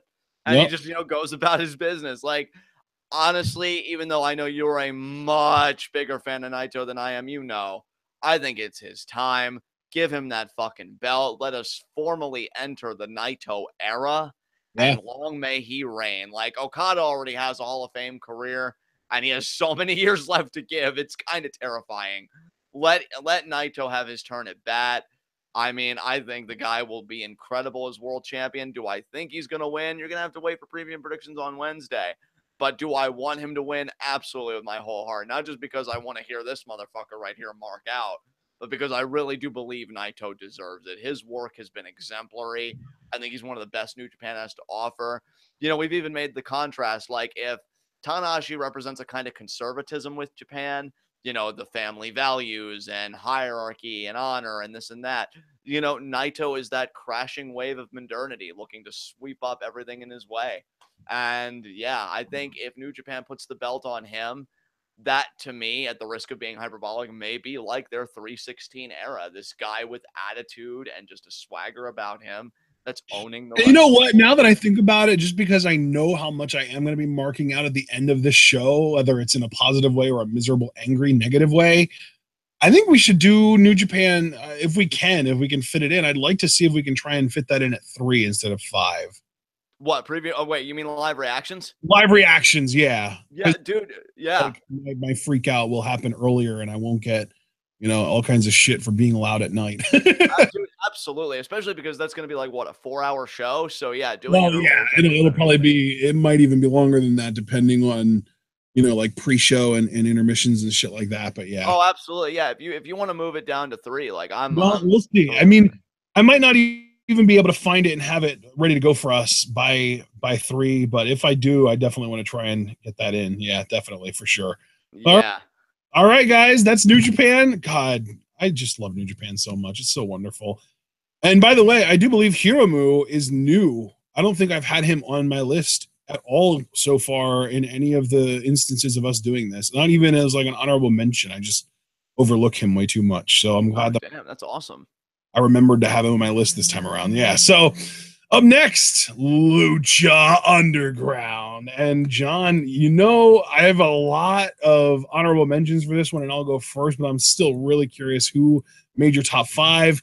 Here we go. Honorable mentions: Lucha Underground, Matanza, Mariposa, Johnny Mundo, Jack Evans, Taya, Aerostar, Vibora, Cobra Moon, King Cuerno, Son of Havoc, and Angelico. You actually had, I think, most of my honorable mentions. I'm shocked that Johnny Mundo went down to your honorable mentions, but at least he's staying alive. So my honorable mentions very quickly. I kept this more brief. Killshot, Aerostar, Vibora, Son of Havoc, Angelico, and Cobra Moon. So, with that said, who was after Son of Havoc? Angelico. Okay. And Cobra Moon. Gotcha. Awesome. All right. I guess I'll start at number 5. And unfortunately, I think this is another case where my number 5 or a number of mine is going to end up being someone that you have much higher ranked. My number 5 is Marty the Moth Martinez. And he's my number 2 guy. Oh, man. Yeah. You go first, though. How did Marty crack your top 5? Especially because he is that crazy that seems more in line with a Nikki Cross rather than a Hiromu Takahashi. What is he kind of compensate? He's kind of in between. He's kind of in the middle there. I don't really even want to say like he's more one or the other, because he really does kind of find that perfect in between, where Hiromu is purely in the nuance and the subtleties, and Nikki is just way too over the top. Marty, like I said in our in our year-end awards yesterday, to me, Marty the Moth, he pushes the boundary of being over the top, and sometimes he might even cross it, but he doesn't go so far over the top that it's like obnoxious. Like, he definitely does have his moments where I feel like, okay, maybe reel it in a little. Never like, oh God, cringe kind of stuff like with Nikki Cross. So yeah, like I love, and really just as a performer, I just love Marty. I think he goes underappreciated, and honestly, to me, he might be the best character actor in Lucha Underground, and that speaks volumes because there are a lot of great ones in Lucha Underground. So yeah, Marty's great. He had a great run from, all the stuff that he was doing with Melissa and Phoenix, and then of course the culmination of that match with the hair match and him having to kind of sell getting his head shaved and stuff was just great stuff. I love Marty, but now you get to talk more about him because, like I said, or like you said, he's your number 2. I mean, I love it. Like, I didn't get to witness, because I was really young then. I was only like, probably like 5 or 6. when heel Mankind was having his run, you know, with Paul Bearer and the Mandible Claw and the great interview series with Jim Ross. So I don't know if I didn't know if I would ever really get to experience like my generation of a great psychotic character. And in steps Marty the Moth. I think the world of this dude. I've said that I want him to be Lucha Underground champion. He's just fantastic. Like, that's the thing. I think where he gets away with his over the top is that, like, he is supposed to be this crazy character, but Lucha Underground aesthetically and just the demos that it's trying to appeal to, Marty can actually make that crazy manifest in ways that you would expect it to. Nikki Cross, it's only this zany, uncontrolled energy. She's never going to do anything truly psychotic because it's more of a PG environment. That's nothing against Nikki. It's just, it's a character situated in a place where it can't fully blossom without being stifled along the way. But Marty's a part of a brand that when he goes, yeah, and then I'm going to take this fork and I'm going to stab him with it until he bleeds. And then they go, okay, that's fine. Like, that's how the character is able to work when it's situated in an environment where it's really able to thrive. And that's why I've really been able to sink my teeth into it and love it, because I think if it were on an NXT or an environment more tame, to be honest, it probably would get a few groans from me. Like, oh, come on. But to know that he can do the stuff that he does and then go as far, you know, to keep that stuff going as to stab a man in the head with a fork, I'm like, yeah, I am all about this. I think he's amazing. I love how committed he is to the gimmick. I already told you guys on the award show, I tried propositioning him like, oh, Marty, who are your influences in wrestling? Thinking, you know, he might say George the Animal Steel or Mankind or whatever. And he names legitimate serial killers. Like, this dude is perfect. I love it. I'm so privileged that I get to live in the same time as this man's career, getting to see him do his thing. And I really do hope that bald Marty the Moth, like, he'll get his priorities straight and he'll start seriously going after some Aztec gold, because him versus Matanza, him versus Mil Muertes, him versus Pentagon Dark, him versus all those big bads has got me fucking salivating. So let's get there. Marty the Moth, easy number 2 for me. I adore this dude. Absolutely. Yeah, he's great. But now I want to hear who your number 5 is in New Japan, your 5th favorite performer in Lucha Underground.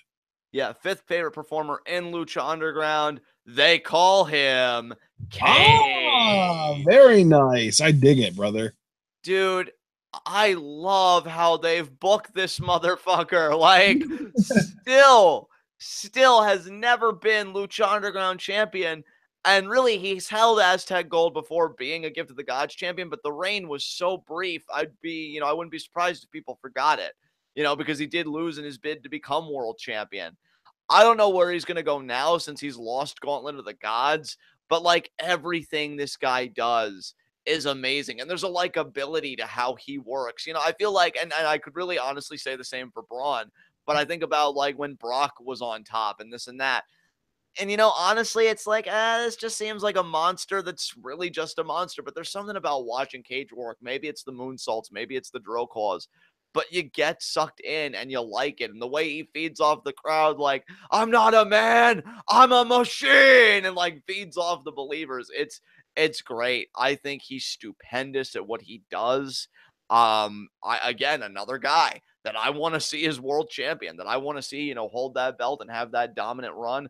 The Swolverine, I think, is really looking to make 2018 his own in the Temple.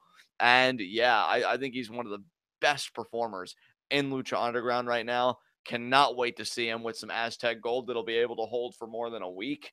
And yeah, long live the machine, baby. Number 5.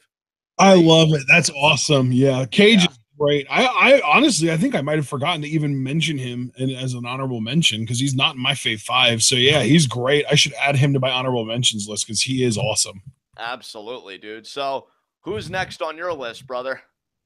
Number 4 on my list is somebody that really didn't get as much shine as I would hoped that he would have after the great matches he had with El Dragon Azteca Jr. Or actually, no, it was Prince Puma and Rey Mysterio during the Cueto Cup. But I mean, hell, those matches can be enough, right? PJ Black. Yes, I love that you are just such an advocate for this dude because he wasn't in my honorable mentions or my fave 5. So take it away, brother. Well, it's all about who your favorites are, and PJ Black is just from a pure performer standpoint, probably my second or third favorite performer in Lucha Underground. But because of the lack of accolades and exposure that he had over the last 4 months, I had to kind of knock him down a little bit. He was at number 2 or number 3. He might have been at number 2, actually, the last time we did this. Let me look real quick. Lucha Underground, he was at number 3 for me last time we did this. And the first time we did this, he was also at number 3. But, you know, he did get knocked down a little bit because, like I said, lack of exposure. But still, like I said, he's probably my fourth or second or third favorite performer in Lucha Underground. And I just want the world for him. But I do believe, if I'm not horribly incorrect, that he had at least a couple matches over the last 4 months to qualify for this. And even if he didn't, it's not just looking at the last 4 months. It's kind of grand scale scope of things. And he's just a great performer. I hope he gets back healthy for season 4 because he's had 2 base jumping incidents over the last 2 years, maybe even over the last year and a half. It's been a rough 20 or so months for PJ. I just hope that he gets healthy and is able to be back in Lucha Underground for season 4 because I want more out of him. I want to see more of him. I want more matches from him. I just want more spotlight on him. He's just great. So he's my number 4. Curious who your number 4 is, brother. My number 4 is a man who set the world on fire with his former brother in arms, Killshot, and they may be brothers in arms again as 1/3 of the Trios champions. My number 4 is Dante Fox. And Dante Fox is my number 3. So you're going to get to talk about him, and then I'll talk about him briefly, and then we get to go right back to you for your number 3. I love that for how much I've raved about this dude, he actually ranked higher on your list than he did in mine. So I'll talk about him very briefly, but I feel like all the great things I said on the award show. Yeah, I'm kind of disappointed that he was only number 4 for you too. What the hell, man? Who the hell is your 3? Everyone knows who your number 1 is, but who if it's not Dante and it's not Killshot, who the hell is your number 3? What the Well, we'll get there. But, Dante is incredible. Absolutely. And I think when Lucha Underground returns, whenever that is, I can see his Trios Championship reign with Mac and Killshot really bumping him up a few spots. He's incredible in ring. I loved the feud he had with Killshot, if you guys couldn't tell from the awards show yesterday. And yeah, I just want the best for him in the future. The idea that, him and Killshot both, to be fair, do what they do to their bodies, with these death matches to really tell their story. And they told it so well. I still wince mentally thinking about it. I don't want to see this guy in many death matches next season because I just want to see him and quality, going toe to toe with guys like El Dragon Azteca. I was going to say Puma, but of course he's not in the temple anymore. Aerostar, even some of the bigger guys like Mil Muertes, a guy like Dante Fox facing a guy like that. I mean, hell, a soldier will take on any challenge. I think Dante is incredible, and I just want to really see him prosper in season 4. So let's get it done. Absolutely. I definitely agree. Dante Fox is an exceptional performer. I love the story that he got. I love the character. I love that he's this sort of jaded former soldier that wants to just, for the longest time, he just wanted to end Killshot because he felt like Killshot left him to die. And in a sort of literal sense, Killshot did leave him to die. But they have since kind of made up, I guess, by just beating the hell out of each other and getting it out of their systems and realizing that they have more in common than what separates them as people. And I love that they were able to make up. And Dante Fox is awesome. He's my number 3. He's awesome. Who's your number 3? My number 3 is Mrs. Mundo herself, Taya. Oh, okay. Wow. I feel like he did enough to warrant the number 3 spot, but okay. I still love what I have seen from her, though. And honestly, too, because you talked about how FAVE it's like a grand scale kind of thing. I'm also hoping that the future is very kind to her. I see the world in her and how she works. I can't get over that match she had very early on in her Lucha Underground run against Cage. I know she can have matches like that on a more regular basis if given the opportunity. I thought her match at Ultima Lucha Tres with Sexy Star wasn't bad. I mean, hell, she bled for it. I obviously wish that she would have won that match. But you know what? With Sexy Star not coming back, I think that's a very unique opportunity for Taya to really step up, really maybe even take that role because, and I've kind of mentioned this before, I could see the beginning of the dissolution of Worldwide Underground starting in season 4 because if Johnny fails to recapture the world title like I believe he will, he's going to take it out on somebody. And we've already seen, like, when things don't go his way when he was champion, who does he blame first? Worldwide Underground. And sooner or later, I think they're going to get sick of it. I honestly, no joke, for Ultima Lucha Quattro, because, you know, it'd be the fourth one, I wouldn't mind if Johnny Mundo's Ultima Lucha match was against Taya. If, like, he was the that'd last be one to awesome. take that shit. Yeah, that'd be great. And they would do that. Like, every time I talk about Taya, I always talk about the future, and I'm sick of talking about the future. I want it to be the present. I want it to be the here and now. I think she is a major asset, not just for Worldwide Underground, but just for the company as a whole, because I think she's the type that if one of your biggest selling points is intergender wrestling, you could put her against any of the men in there and you're going to get a quality product. So it's not just for what I've seen from Taya, but admittedly, I guess this is kind of a cheat because it's still what I believe she can be if given the appropriate opportunities. God, I hope season 4 really is the time where she gets to break out and soar, because I don't think we've seen the best from her yet. So It's that's one of those situations with Lucha Underground where, unfortunately, I kind of feel like their featuring and their prominence of women has almost kind of degraded over time. Because in season 1, it felt really fresh and new and awesome, and all of the women were wrestling men, and we had Evilise and Sexy Star. And then season 2, we got more women, but it seemed like they wrestled the men less. And then in season 3, every Ultima Lucha match involving a woman was against another woman. Yeah, I really would like to see that change. I think what made Lucha Underground great, hell, what Johnny Mundo, when he was champion, openly advocated for was the fact that they do intergender wrestling. They embraced it and they owned it. I want to see them embrace it more, though, in the actual fabric of the product. And I want to see Taya be at the forefront of that, because that match with Cage I thought was spectacular. I want to see more of that from her, and I know she's capable of giving it. So as long as she stays healthy, as long as everybody stays good, here's to hoping season 4 is going to be a very fruitful one for Taya.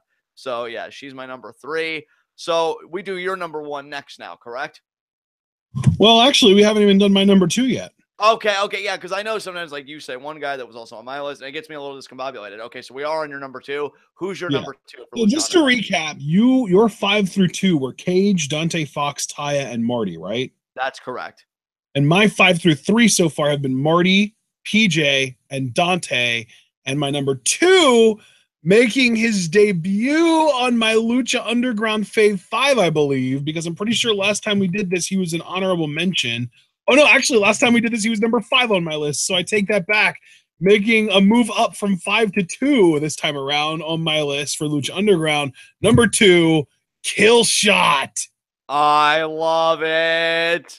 Take it away, man. To me, Killshot is now the face of Lucha Underground. Like, to me, now that Prince Puma is gone and El Dragon Azteca Jr. is kind of sort of corrupted a little bit and kind of a dick and kind of a cocky, arrogant prick, and also still very talented and probably still a baby face if you want to get technical, I think Killshot is the face of Lucha Underground. I legitimately do feel like after his performance in Hell of War and then coming back 2 weeks later, and really it was 1 day later in real life, to have that trios match after that Hell of War match and the shit that his body went through, and Dante as well, which is why those guys are 2 and 3 on my list here, because they just absolutely stole the latter half of season 3 to me. Killshot is an amazing performer. Shane Strickland is taking over the wrestling world right now. He is the Wrestle Circus champion. I don't know if he still is, but he was the CZW champion. He's kind of the face of the new CZW, where they're trying to kind of do fewer death matches and focus more on just putting out a really solid wrestling product. He has been killing it in PWG, and most importantly in Lucha Underground as Killshot, is the most compelling character right now to me that Lucha Underground has to offer. I love Killshot. He's amazing. And I honestly was really disappointed that he only got an honorable mention from you, because I was under the impression that you liked him as much as me, if not more than me. But turns out you actually like Dante more than him. Holy hell. Oh, yeah. Well, I mean, here's the thing. Me liking Dante more than him shouldn't be a surprise, but I can understand why people would be shocked that he was only an honorable mention for me. And really, let me just say that I think that's more a testament to Lucha Underground than anything else, because some of these promotions, it's hard to put a top 5 together. It really is. And some guys just have to be sacrificed at the altar. Honestly, if season 4 goes the way I expect it to, I think Killshot will earn a top 5 spot. Like, he's too good to be denied one forever. I mean, what more does he have to do other than what he's He does. I know, he's already given me his flesh. He's just looking at me like, how come you don't want me, man? I'm like, no, Killshot, no, it's not like that, no. And but he really is. He's brilliant. Him and Dante, I'll tell you, with Prince Puma gone, I really feel like those two are going to be running shit. And it's crazy. Like I say that, and they're only the trios champions, but I don't even know how long that reign's going to last. And if it does last, great, because I could honestly see like a great narrative coming from that. And if not, these guys have just such amazing singles careers waiting for them in the temple. And you're right about Shane Strickland owning the wrestling world, which it couldn't happen to a better guy. He's really putting the time in. He's putting the work in. Now I know this is gonna make me sound like kind of a dick. I hope he's not one of those guys that's like, oh yeah, my end dream is WWE. Like I kind of hope that he loves really, like, we don't need him to go in there and get basically put in the Rich Swann spot now that Swann is in bad terms with the company. Exactly. Like I love what he's doing in the independent circuit. I love what he's doing in LU. I understand a man's got to eat, but I would hope that given all of his bookings and stuff, that the income is nice, stable. So I hope he's not one of those guys that's like, oh yeah, WWE is totally the end game. Like no, that's kind of why I'm a little on Ricochet and stuff, because he's just all about WWE. Like that is his end game because he was such a huge Rock fan. That's how Leo Rush is too. Yeah, and Leo Rush is the same way, and it's like, oh God, the world's so big. It's not all about them. So I hope Killshot can really be the flag bearer of that very sentiment. That, yeah, it's not all about them. Like, I know Kenny Omega's like, oh, New Japan. Let Shane Strickland own independent wrestling and show that, yeah, independent wrestling can be fucking great and Lucha Underground can be fucking great. And, yeah, I love that you have him on your list. And I think FAVE number 4, maybe I'll show him that kindness as well.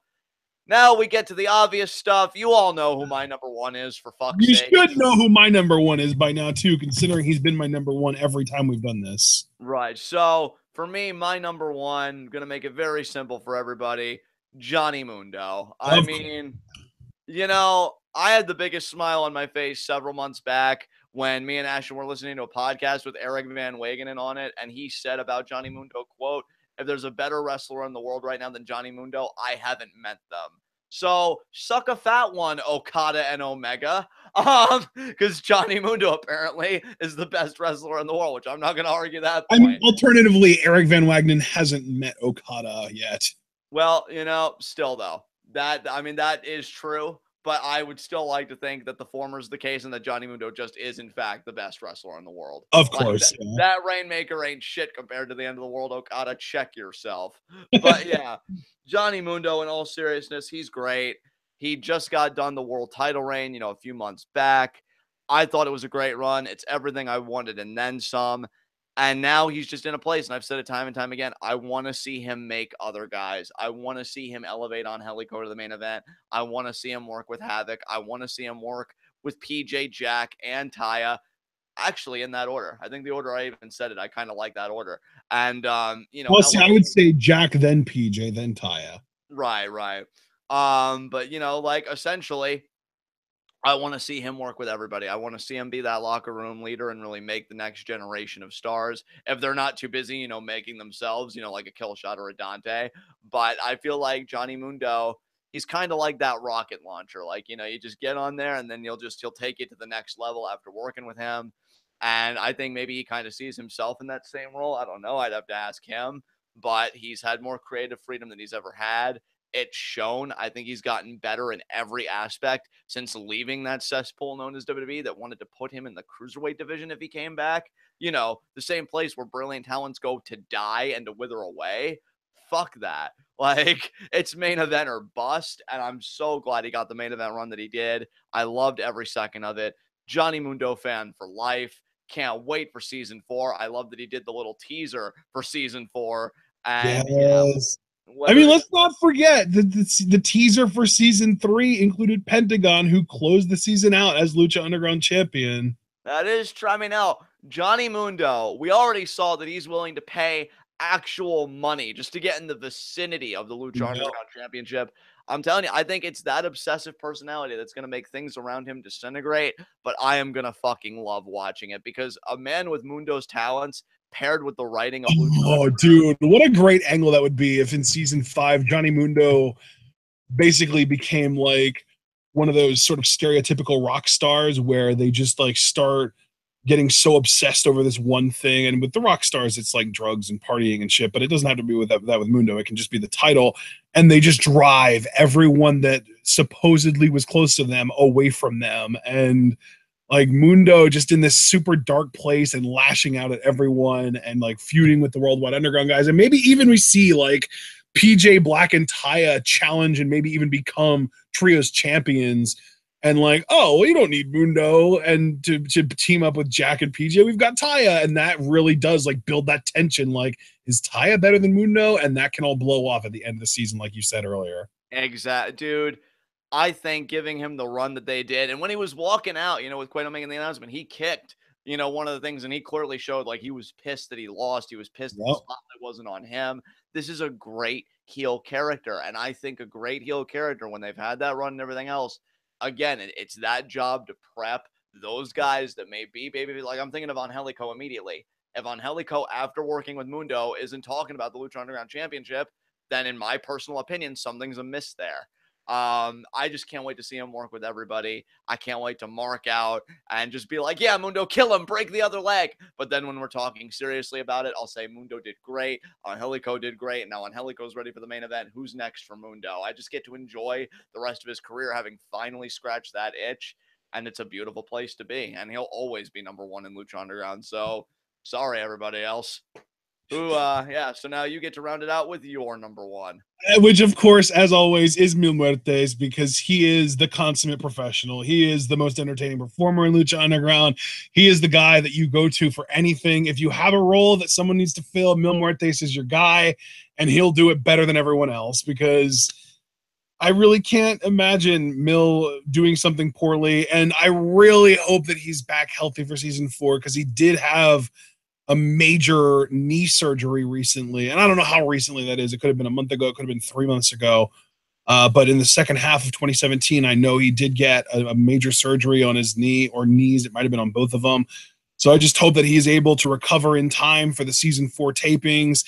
And honestly, even if he doesn't continue to be able to be a prominent wrestler in the season 4 because of the knee problems, and he has to take some time away from the in-ring stuff, I hope he continues to just participate in like cinematic stuff, and just like maybe he gets into like choreographed cinematic style fights with Jeremiah Crane, Cuerno, Cage to get that gauntlet, and we get to see more continuation and progression on the Katrina Vasquez storyline, using Mil as kind of a chess piece in that whole story. But I really do hope he's back and able to go in the ring in season 4. He's an amazing performer, and I hope that I'm able to keep him at number 1 when we do this again in May, because, I mean, actually, it'll be really difficult to come up. Honestly, in May, we might have to switch out Lucha Underground for Progress, because, I mean, we're not going to be able to watch any Lucha Underground between now and then, because it's all going to be rewatch, and we're going to be done with rewatch by like March or April, and I don't want to just rehash everything that we've been saying already about season 3 for this. So we might just switch our Lucha Underground Fave 5 with a Progress Fave 5, because hopefully by May we will have like a good 20 chapters of Progress in the books. We'll see. Absolutely.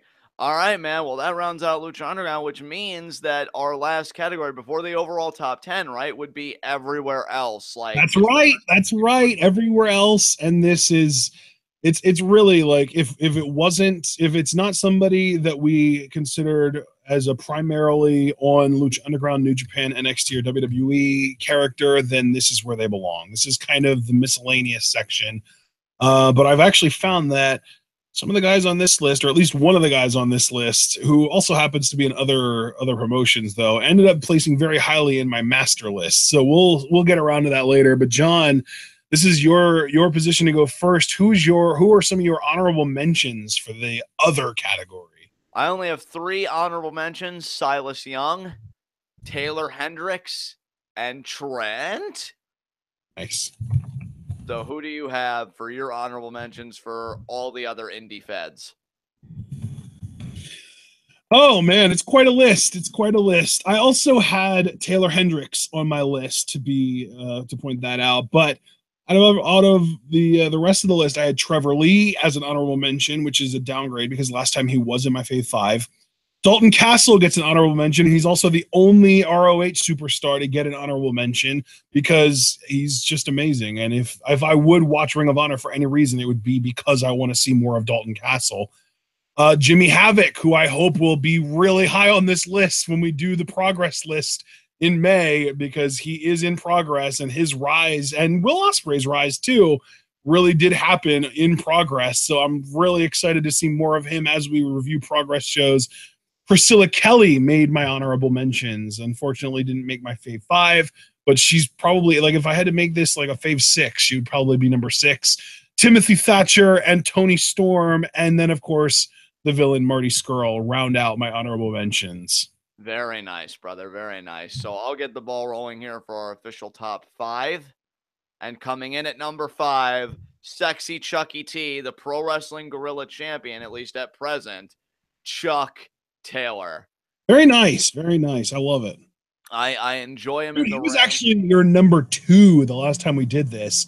And the first time we did this, he was your number 2. So this is a downgrade for him, and he won the title. Like, what's going on? Yeah, I mean, well, I'm telling you, man, when you go outside WWE and even the gems that you're able to, kind of ascertain from WWE, so many great wrestlers right now that it's hard for anybody to really maintain their spot unless they have obliques like Johnny Mundo. But yeah, Chuck Taylor, he's fantastic. He's the champion, and it's well-deserved, by the way. He's put in so many years at PWG. He was one of those guys that wanted to make it to WWE, and when they didn't want him, he thought about retiring. I'm glad he didn't. I'm glad he saw the wrestling world as the vast terrain that it is, and that he put in the work, and now he's champion of Pro Wrestling Guerrilla. I do wish we'd see a bit more comedy from him, because I think he has become more serious since becoming champion, which I get, and I actually commend. It kind of shows character growth. I mean, to be fair, on the most recent PWG show that we watched, there was a great comedy spot with him where he came off of the announce table and had to get changed into his wrestling gear to wrestle. Yeah, that is true. And I think he still has a line to my funny bone. He still makes me smile. Not much more I could say than that. Good for Chuck Taylor for returning the profits that he has, this past year, becoming world champion, everything else. Let's hope that 2018 is just as kind to him. I love it. Yeah, Chuck Taylor's awesome. For my number 5 in this list, if I were to make a list of why the hell has WWE not signed this person yet, or I guess just top 5 who needs to sign with WWE as soon as possible, number 1 would be this person, who is number 5 on my other list, and that would be Santana Garrett. Yes, love it, dude. Love it. I've always liked Santana Garrett to a degree, and we actually did kind of briefly mention her in our year-end awards from 2015. But I was very much unfamiliar with her back then. And the more that I've seen of her, the more that she shows up in NXT and the NYC, and the more that we watch of these Women's Wrestling Revolution shows from Jackie, which we have another one lined up for February, hopefully, the more I freaking love Santana Garrett, and the more I'm bewildered that the WWE has not given all of their money to her to be the face of their women's division on the main roster and make them all of that money in return and then some.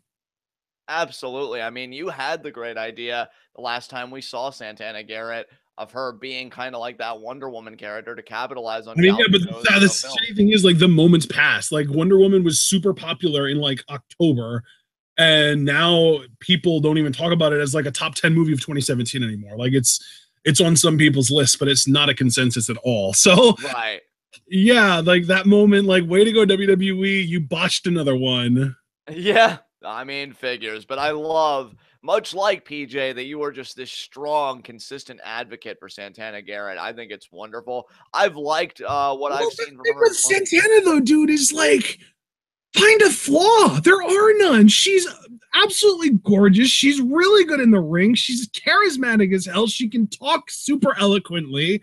She's like, there's no reason for her not to be the biggest women's star on the planet right now, other than just apparently the WWE has no clue how to evaluate female talent, as proven by their 2 current champions being mediocre performers. Yeah. And Yeah, I hope Santana gets her moment in the sun one of these days. I grow less optimistic by the month, you I know, will when do. no She's news. 29. She's the same age as Dakota Kai.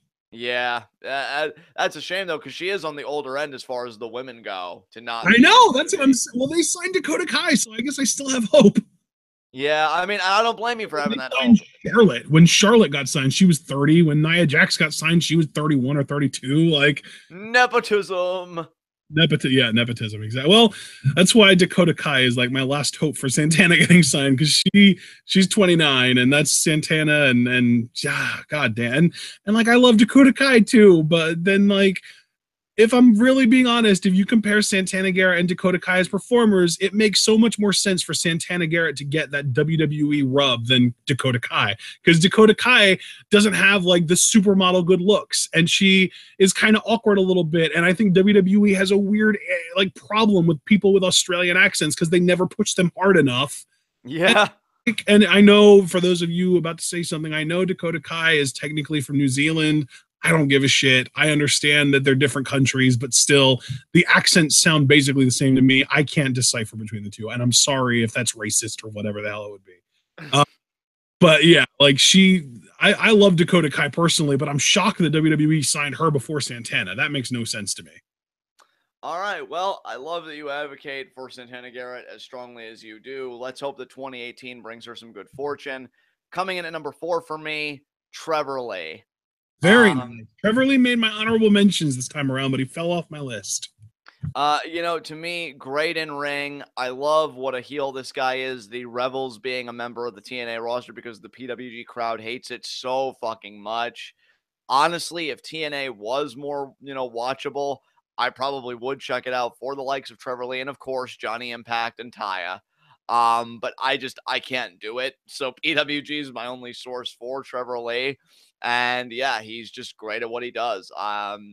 Next time Bola comes around, maybe Trevor Lee will win it. Maybe they'll give him a run with the PWG championship. I still think Just this to be guy. clear here, you are talking about TNA superstar. Yes, Trevor Lee. Isn't he still hella young too? Because I remember when he Oh first yeah, broke I into think he's like PWG, 23 now. yeah, like that's insane that 24. he's He's still 24. He just turned 24 in September. same age as Pete Dunne, and like that's crazy to me that he's still that young and just this good. Honestly, this is a guy that I probably wouldn't mind seeing on NXT. I feel like maybe Yeah. he could carve out a nice niche there. Well, I'd And rather yeah, see him in NXT than on freaking Impact. Jesus Christ. yeah, absolutely. Fuck that owl. But yeah, just great performer. Love his personality. Face or heel, I think he's got a great upside. Because I still remember when he was face, and I thought he had that likability to him and that everyman kind of look.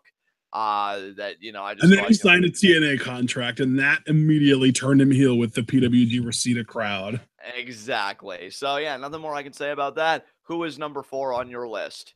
Number 4 on my list is new to the list and somebody that I grew more familiar with because of PWG.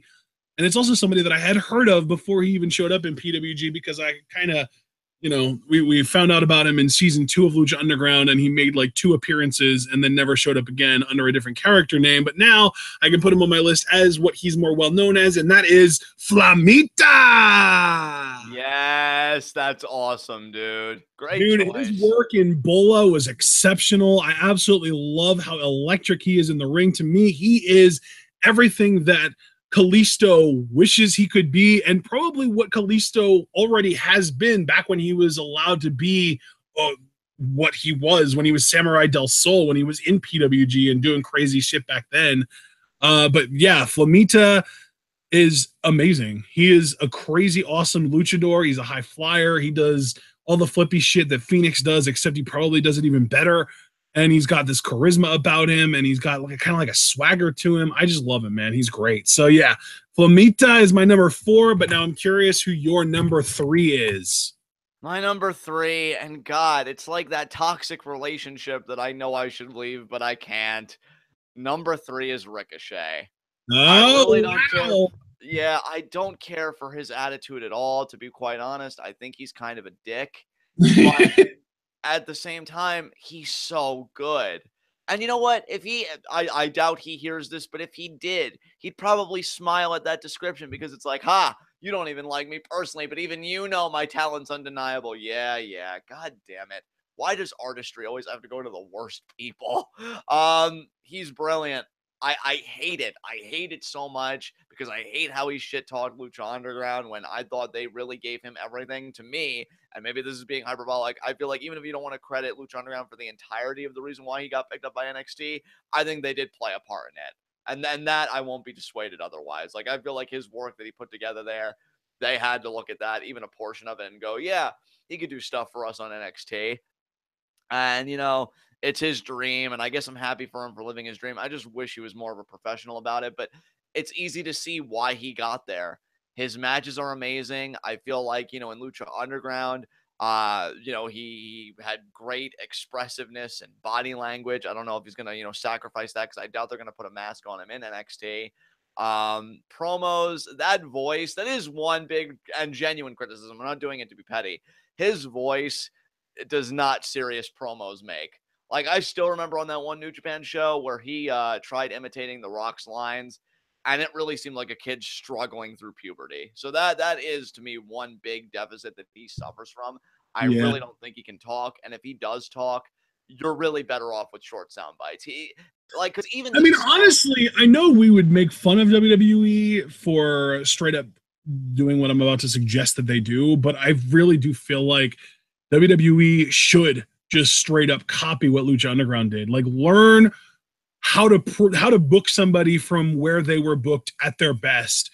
Put a mask on Ricochet and do not let him speak. If you want to give him a manager, that's fine. Otherwise, the mask isn't even there because he's ugly. He's a good-looking dude. I know a lot of women think that he's super hot. That's not what the mask is there for. The mask is for mystique. You give this dude mystique. You make him seem like a mystery, like a kind of like a superhero. And then eventually when he does speak, the goal is to have him so over and so beloved by the fans that it doesn't even matter that he can't talk.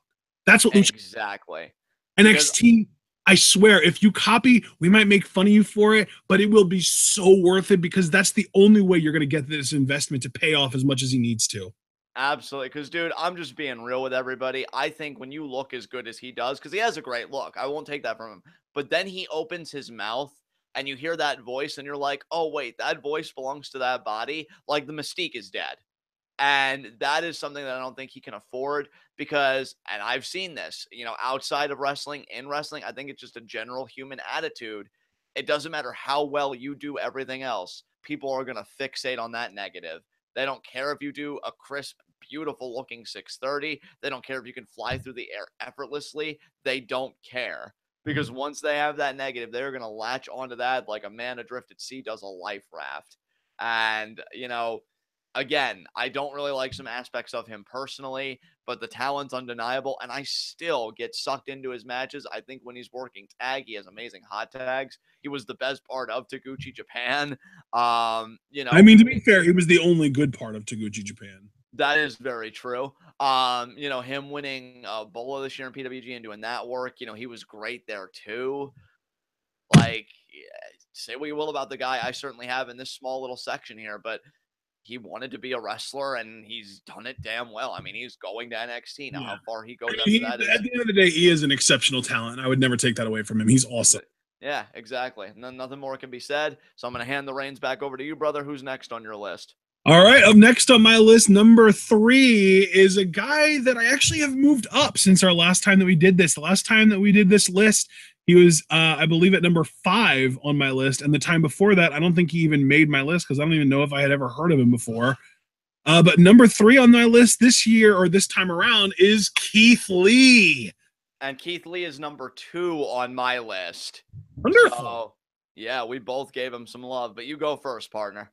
Absolutely. I love Keith Lee. I mean, between the whole bask in my glory thing and just the power and the athleticism, this dude is like 6'3", 340 pounds, and he does ranas. He is an absolute freak. His tag team with Donovan Dijak, as short-lived as it was, had one of my favorite matches of the entire year against the Chosen Bros. His match with Donovan Dijak in singles was exceptional. His match with Keith Lee or with Leo Rush in PWG was exceptional. I feel like this dude might just be incapable of having anything but an awesome match in PWG, and I just want more of it. So go ahead and take over. Your number 2 is also Keith Lee. So have a nice go at it, brother. I mean, dude, his match with Dijak. First of all, the tag match he had with him against the Chosen Bros, and then the fucking match he had with Dijak just one-on-one blew my goddamn mind. And this is far from my first exposure to Keith Lee, obviously, but I feel like it was all kind of building up to a crescendo. It's fucking phenomenal. This is the same guy, too, and I still haven't forgotten it. Months ago. Like, this really was forever ago, but like you said, it's a grand scale thing. I saw a gif of him. He caught somebody that did like a tope con hero over the top rope. He caught them like on impact and powerbombed them onto the apron. So freakish strength, does spots that blow your goddamn mind, and he's got charisma with the whole bask in my glory thing. I love it.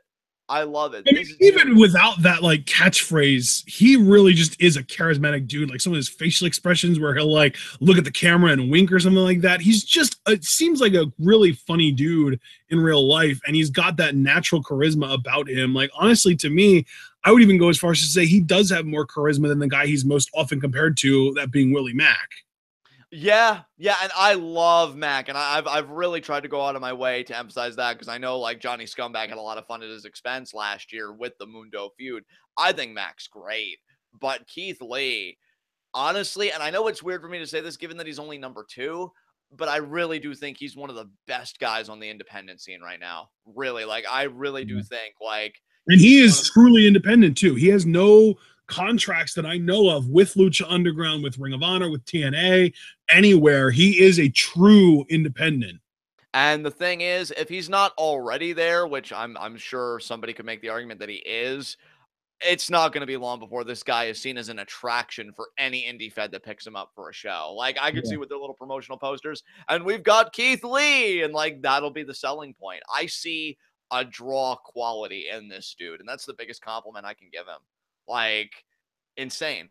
Absolutely insane. Honestly, even though he is like a thicker guy and WWE would probably say, oh, he's fat or whatever, I'm surprised WWE hasn't picked him up. I really am, because like, to me, you could put him in a singlet. You could do things to compensate for his build, and just know like the way that he works, like the way that he is this freakish athletic and so strong, and like he's got the natural charisma and he's got the ability to cut promos. We've already heard him cut promos in PWG, which is rare because they hardly ever let anyone cut promos.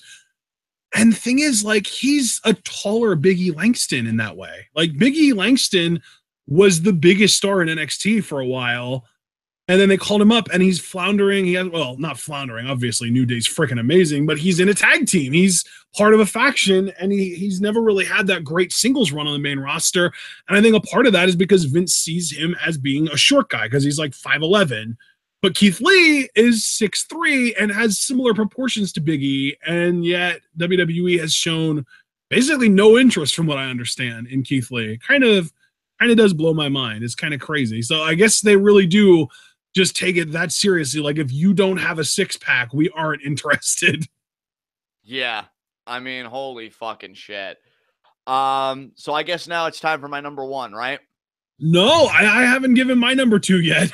Oh, Jesus. I'm sorry. I keep losing track. I'm sorry, brother. So please go with your number 2. That's right, because you had Keith Lee at your number 3, and who's my number 2. So yeah, please, by all means, who's your number 2? My number 2 is Matthew Riddle. And he's my number 1. So oh wow, okay, wow, all right, well, yeah, my number 2 is Matthew Riddle, and honestly, I know you're gonna have a hell of a lot to say just because he's your number 1. So I'll just say I love his style, I love his look. To me, the weed is absolutely worth risking him getting in trouble with the law because of it, because of how talented he is. Like, this is a dude, not just like, oh yeah, he's a good hand. This is a dude that could be the face of a promotion to me. He is that good.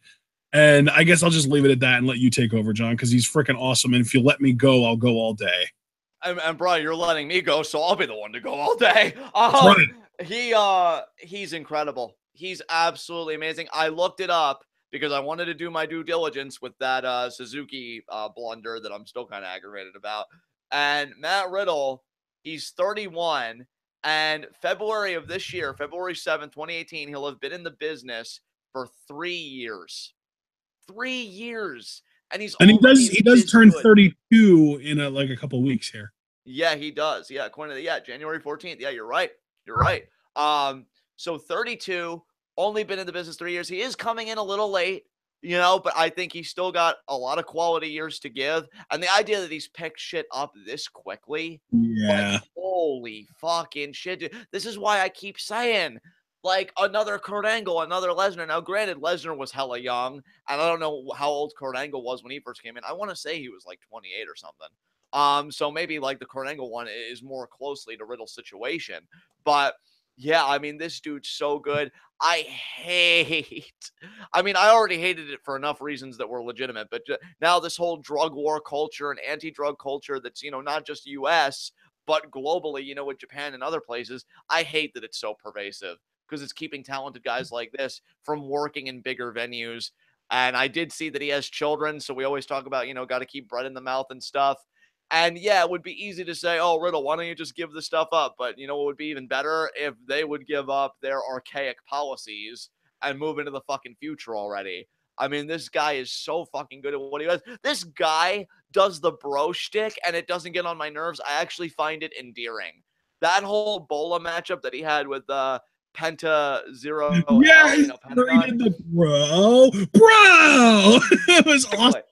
It was great. It was so much fun. I love, too, like, I think about his match with Adam Cole, because we caught up on a lot of PWG shows, and Adam Cole flipped him off while laying on his back, and then Riddle just jumped on him and got him in a triangle. Like, this dude's a badass. I keep saying. And he's another guy like Keith Lee who's got the height that Vince splooges over. He is also 6'3" and weighs like 215, 220, maybe 225. Like, and he's got like the Mundo body. Like, he's ripped all like a gill. He's amazing. Dude, it's crazy because even before we started doing this series, I know we would see Matt Riddle works at PWG shows, and he never just registered. I'm like, oh, well, that's nice. I guess I really wasn't actively paying attention then. But then for whatever reason, I'm like, you know what? Let me go back and really see this. And I started watching matches from where he trained, Monster Factory on YouTube. And I'm like, yeah, you know what? I'm really digging that because, again, it's that same style of, the catch style and the grappling and the submissions. And I'm like, man, he's fucking good. And my God, people, the Chosen Bros. I fucking love the Chosen Bros. It's amazing to me. Absolutely incredible. And this was a guy that I believe, Ashton, you originally said it, and then I hopped on that like white on rice because I'm like, oh my God, that sounds amazing.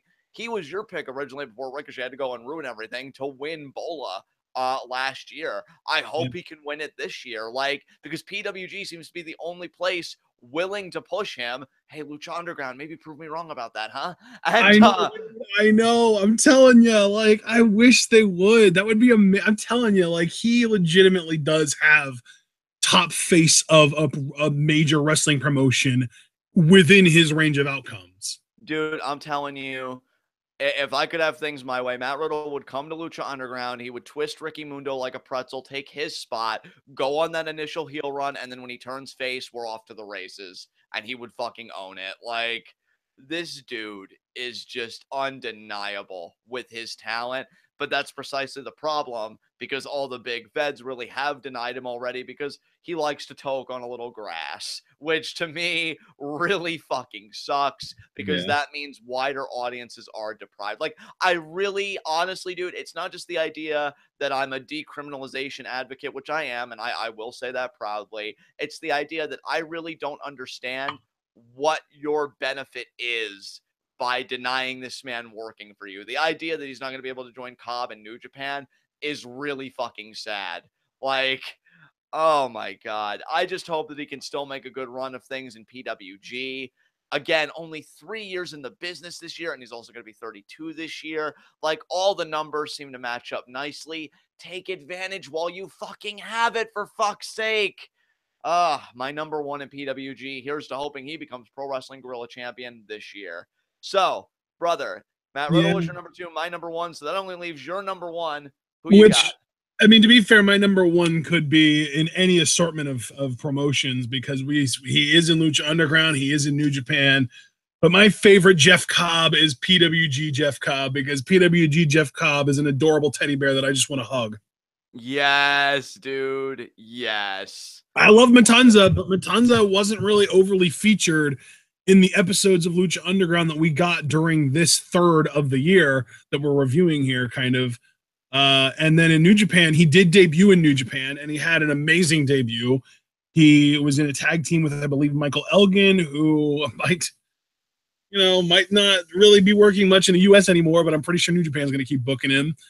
But yeah, Jeff Cobb, from what I understand, here's the great thing. Michael Elgin, from what I understand, has never really been overly respected in the New Japan locker room. He's just kind of there and like he's over, but it's like there isn't like this kind of like camaraderie with him and the rest of the locker room. Jeff Cobb is in, man. Jeff Cobb is like best friends with Tanahashi now. Like, I love that dude. He's the nicest fucking dude. Yes. He's great, man. I freaking love Jeff Cobb. I love Matanza. I wish we got more of Matanza, but I feel like Lucha Underground felt like they might have overexposed their audience to Matanza in season 2 and the first 9 or 10 episodes of season 3. But man, like, just as a talent, he is just so good. And I could even see at some point in Lucha Underground, maybe like somebody comes along that actually has some compassion and tries to bring out the humanity in Matanza, and we get to see him without the mask on, and we see Jeff Cobb and stuff like that. Like, I don't know, man. I think that this is one instance where I actually really do have a deeper appreciation for the performer than the Lucha Underground character, because Jeff Cobb as a performer, and just think too, look back when he first debuted, and even before he debuted, people were like, oh, the guy that plays Matanza is only 5'10", this is gonna suck, he's not a monster. And then even after he debuted, people saying, oh man, this guy sucks in the ring. What? Yeah, I love your exasperated voice. My brain just sort of short-circuited from the stupidity of these people. I'm so glad you and I are on the right side of history when it comes to Cobb, because you and I have loved him since day one. And even from before day one, we were the ones saying, give him a chance, give him a chance, give him a chance. And like, yeah, man, he's amazing. He's exceptional. I love Jeff Cobb. He's my number one.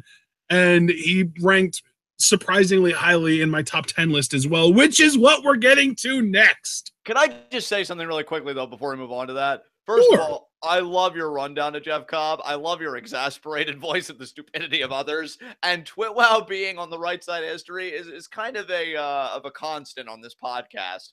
Yeah, it really has kind of gotten to the point that, like, if we like really do speak out saying like, oh yeah, that's a good performer, people do kind of tend to come around and then eventually end up agreeing with us because we're just right before everyone else.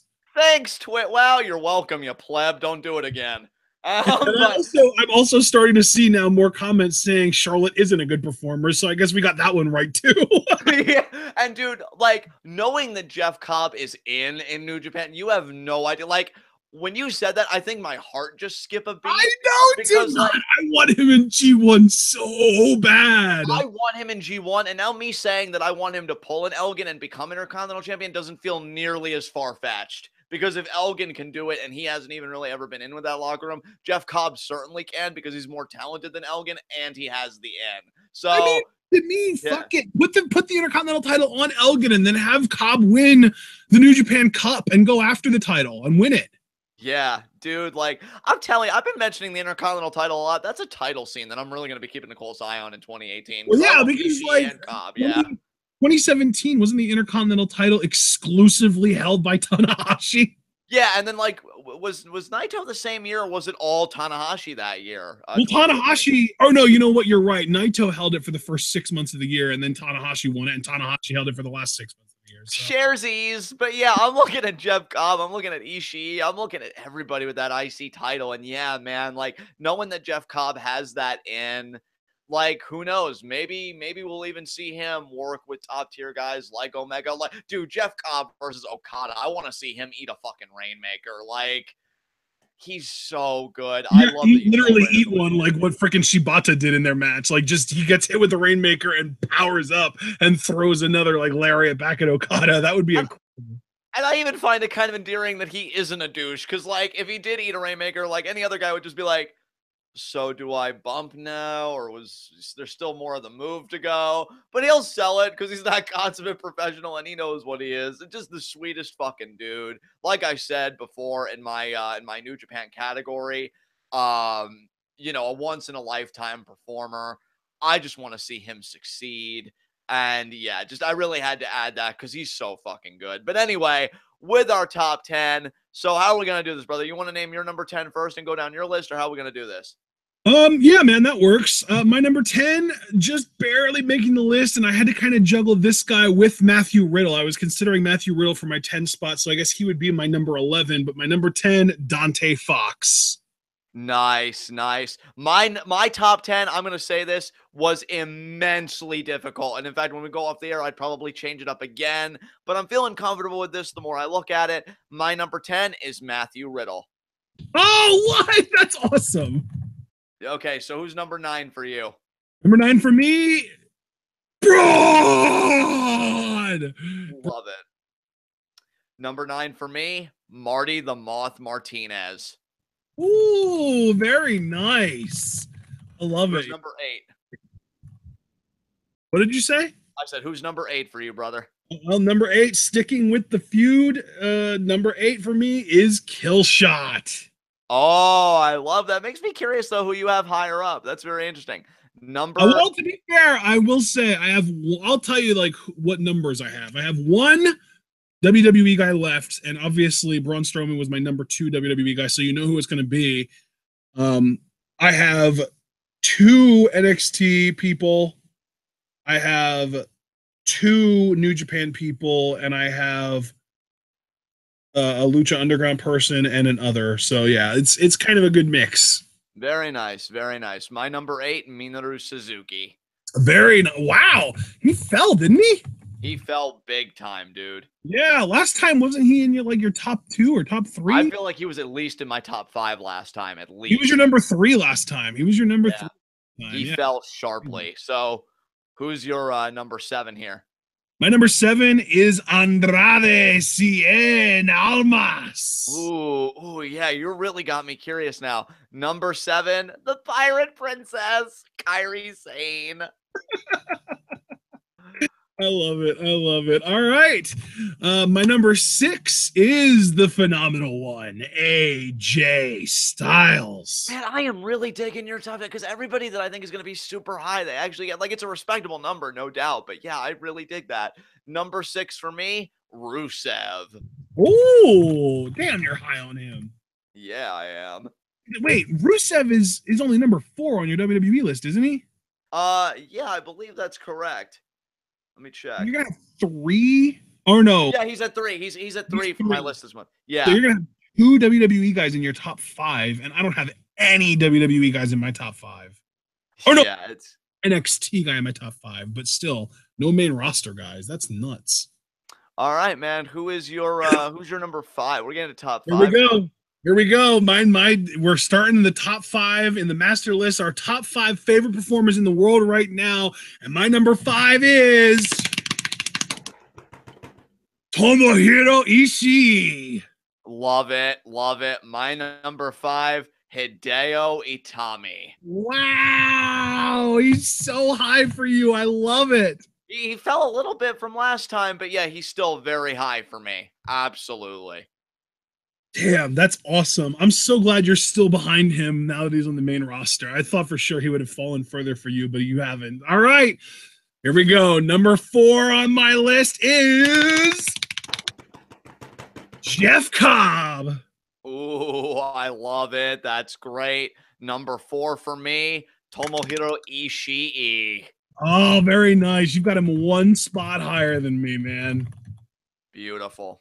Oh, geez. All right, this is big. It's coming down to the wire, people. Number 3 on my list, Johnny Gargano. Ooh, only number 3. I love it, though. You got me so curious.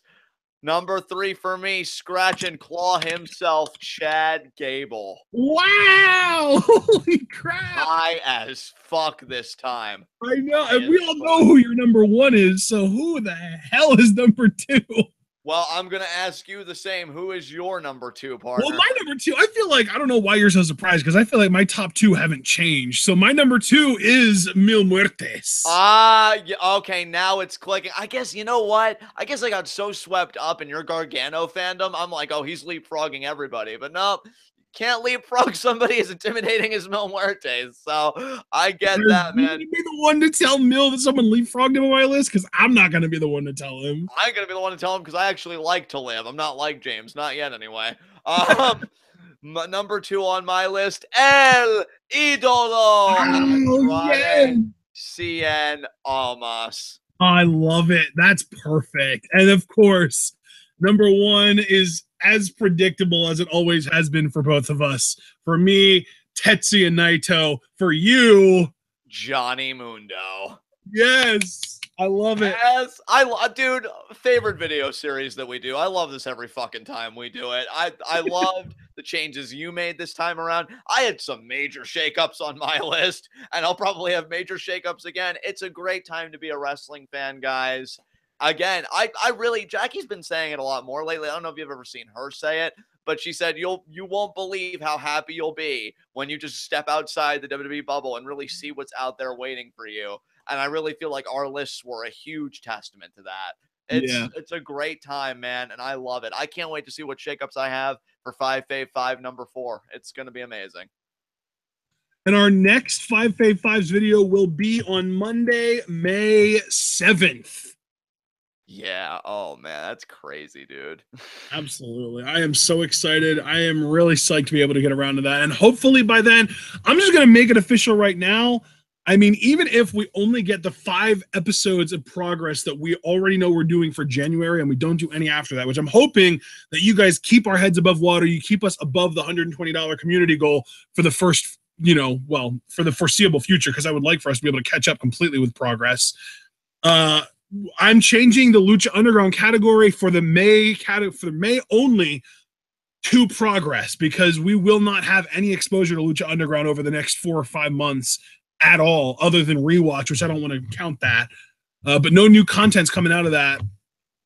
So unless Lucha Underground season 4 starts being shown on El Rey sooner than May, we're gonna have to switch it over to progress. It's just gonna we already know we're gonna start watching progress. That's gonna be a new part of the TWitWoW viewing experience. And Lucha Underground is amazing, but if we're not gonna see any new content between now and the next time we do 5v5s, there's no point in trying to even put out a 5v5s list for Lucha Underground, because they won't change by then. Yeah, absolutely. So I like how you're approaching a partner. That sounds great to me. Guys, this is another 5v5 in the book. I loved it. And, at least on my side, before my partner here takes us home, we'll see you tomorrow for Progress Live Reactions. God, that feels good to say. It's going to be amazing, guys. I can't wait to see you all there. All right, It partner. really is. I am so excited. And for those of you that aren't aware, because we do have UK fans who probably already love Progress and know about Progress, we are going to try and do as best as we can to make sure that every Progress Live reaction happens at a time that is also appropriate for UK viewers, which means we are going live tomorrow at 3 p.m. Eastern Time, which if you're in the UK, that is 8 p.m. for you. If you're in France or Spain, we're talking about 9 p.m. If you're Central Time in the U.S., that would be 2 p.m. If you're Mountain Time, it's 1. And if you're on the West Coast of the United States, it's at noon tomorrow. So hopefully this works out as well as I think it will. I am really excited to start live reacting to Progress. It's going to be a lot of fun. So tomorrow, 3 p.m. Eastern Time, Progress Live Reactions, Chapter 1. And then Wednesday, we've got NXT. And then Wednesday night, we're doing preview predictions for Wrestle Kingdom 12, and then on Thursday we're live reacting to Wrestle Kingdom 12, and then on Friday, New Year Dash live reactions. January is a stacked month. I went through and I looked, John. Are you ready for this? Yeah, brother. There are 31 days in January. Do you want to know how many of those 31 days you and I don't have any commentaries to do?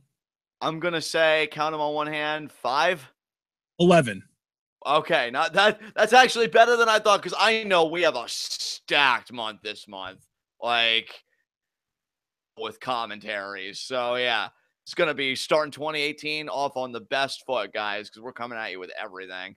Yeah, there are some instances where we don't have any commentaries from like Friday to Tuesday or like, that kind of stuff. But yeah, we only have 11 days out of this entire 31-day month that we don't have any commentary. So we are doing a commentary on 20 of those days, which is basically a 65% clip. That's insane. We basically have turned this into our full-time, part-time job. And I say full-time, part-time because it's not 8 hours on 20 days in the month, but it's still a hell of a lot of fun.